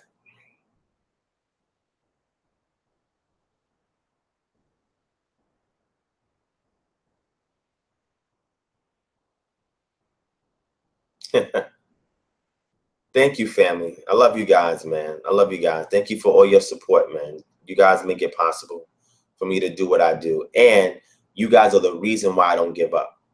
If I didn't have you guys in here supporting, I would have given up a long time ago. But because people are listening, I keep talking and I keep helping. I keep acting. All right. All right, family. So I'm about to go. I'm tired. I'm trying to keep my eyes open. So thank you guys for watching. This is a Saturday Night Live. It's not a Freestyle Friday. It's a Saturday Night Live session, actually going into Sunday. Just like Friday, the Freestyle Fridays go into Saturday. Thank you guys for your time, for your attention. I know you guys could be doing anything else, but you guys decided to devote your time and your ears and your hearts and your minds to me on tonight. And I want you to know, as a leader, I do not take that for granted. I always want to deposit something in you guys before I can expect a withdrawal. I tell people all the time, how do you garner interest from people? I ask them, how much are you depositing versus your withdrawals? If you deposit something and allow that deposit to stay where it's at long enough, when it comes time to withdraw, it will come with interest. Hopefully somebody got that. Let me say it again. You should never expect a withdrawal from somebody without first making a deposit. You don't treat your finances like that. You don't go to the bank and say, hey, I ain't got nothing to put in, but I want you guys to give me $1,000. It don't work like that. Even when you ask for a loan, you're not getting that loan for free. So what I'm saying is, always seek to deposit into people before asking or expecting things from them. Because the first thing I ask somebody when I do counseling, I said, man, you have a lot of requests from this person. What have you done? What have you done for this person to request these things? And here's the next question. After you've done something, how much time did you wait before you requested something? How much time did you wait? Did you allow time to yield interest? So when you made the withdrawal, it was building up because you allowed the deposit to accrue value over time. It's important, family. Ask yourself, am I withdrawing more than what I'm depositing in people around me? How effectual am I being? How effectual? It's important. Always think about these things and ask yourselves these things, because the less conflicts you engage in, the happier your life, right? And remember, happiness is a pursuit. Happiness is situational, circumstance. What we should seek for is contentment. Being content. That's going to bring you the real joy. Not seeking for happiness. Seeking to be content. Because the level of content comes with acceptance. That's something that's very hard for people to get to, that level of acceptance. But I do counseling on these things, and I help people with that. And I'm willing to help you guys with that as well. So shout out to I'm Scottsdale. I know who the brother is. Thank you for tuning in. I appreciate that. So So, you guys, if you like this video, you guys can go back and watch it again. You can share it with whoever you want to share it with. Just get the information to people. That could care less who I am. Just get the information to people, and allow them to remove hindrances so they can receive deeper stuff more readily, because they don't have other things in the back of their mind while they're watching the video. Like, man, I just had an argument with somebody. I really want to watch this video, but damn, I just had an argument with them and I don't know how to resolve it. Boom. They turn this video on like, man, he's giving some good information on conflict resolution. I'm going to try this. I'm going to try that. Or, damn, I don't have that much time to study different things. I don't even know how to approach it. Oh, wow, he just spoke on research methodology. Man, I got to go get that resource and follow those steps. You'll see how more effectual you are when somebody can give you tools that you can use immediately to clear your mind to receive deep stuff. And I realize that that's the reason why sometimes some people, not all cases, a lot of times, when you go back on my lectures, man, Divine be getting some deep stuff, right? But I realize the reason why a lot of people don't, it's difficult for a lot of people to obtain it is because, number one, they don't know where to start off with the research and things that I say. And number two, they have other things in the back of their mind plaguing them that is putting roadblocks, that's preventing them, checkpoints, that's preventing them from getting everything they can get out of the information. So that's why I have these heart-to-heart sessions to give you guys these tools to remove those roadblocks so you guys can have a clear path to the information. Does that work? Does that make sense? All right. Hopefully it does. So thank you, family, for watching. I love you guys. Like I said, the Patreon account is up if you want to access it. PayPal, emails Kingdom Harbinger. You have the GoFundMe, Kingdom Harbinger on GoFundMe. On Patreon is Divine Prospect. Put the link up. It'll be in the description. If you guys want to follow me on Instagram, I'll put my IG page on there. Because I realized that some people that's on YouTube don't have Facebook but have IG. Some people that's on IG don't have Facebook. But most people, I realize a lot of people still do go to YouTube, because even those social media platforms, people share videos on YouTube. So that's my IG there. My Facebook, I'll put it up there for you guys. Just look for Divine Prospect. You can like the public figure page and follow it for those who aren't. And if you guys need something from me, if I can help you guys, just let me know. And SS Wilson, shout out to SS Wilson as well. That's a great, excellent point. And family, don't you enjoy when you can get on a live stream and you see that the live stream is so good that nobody's fighting or arguing in the chat. Nobody has to be blocked or kicked out or deleted. You see how much harmony and positive energy that's in the chat? That's the type of environments I'd like to construct, because you'll see it's the best environments to learn from. It's the best way to create social bonds. When you are talking crazy and controversy, and I mean, it's not doing nothing for people who are broken spirits, man.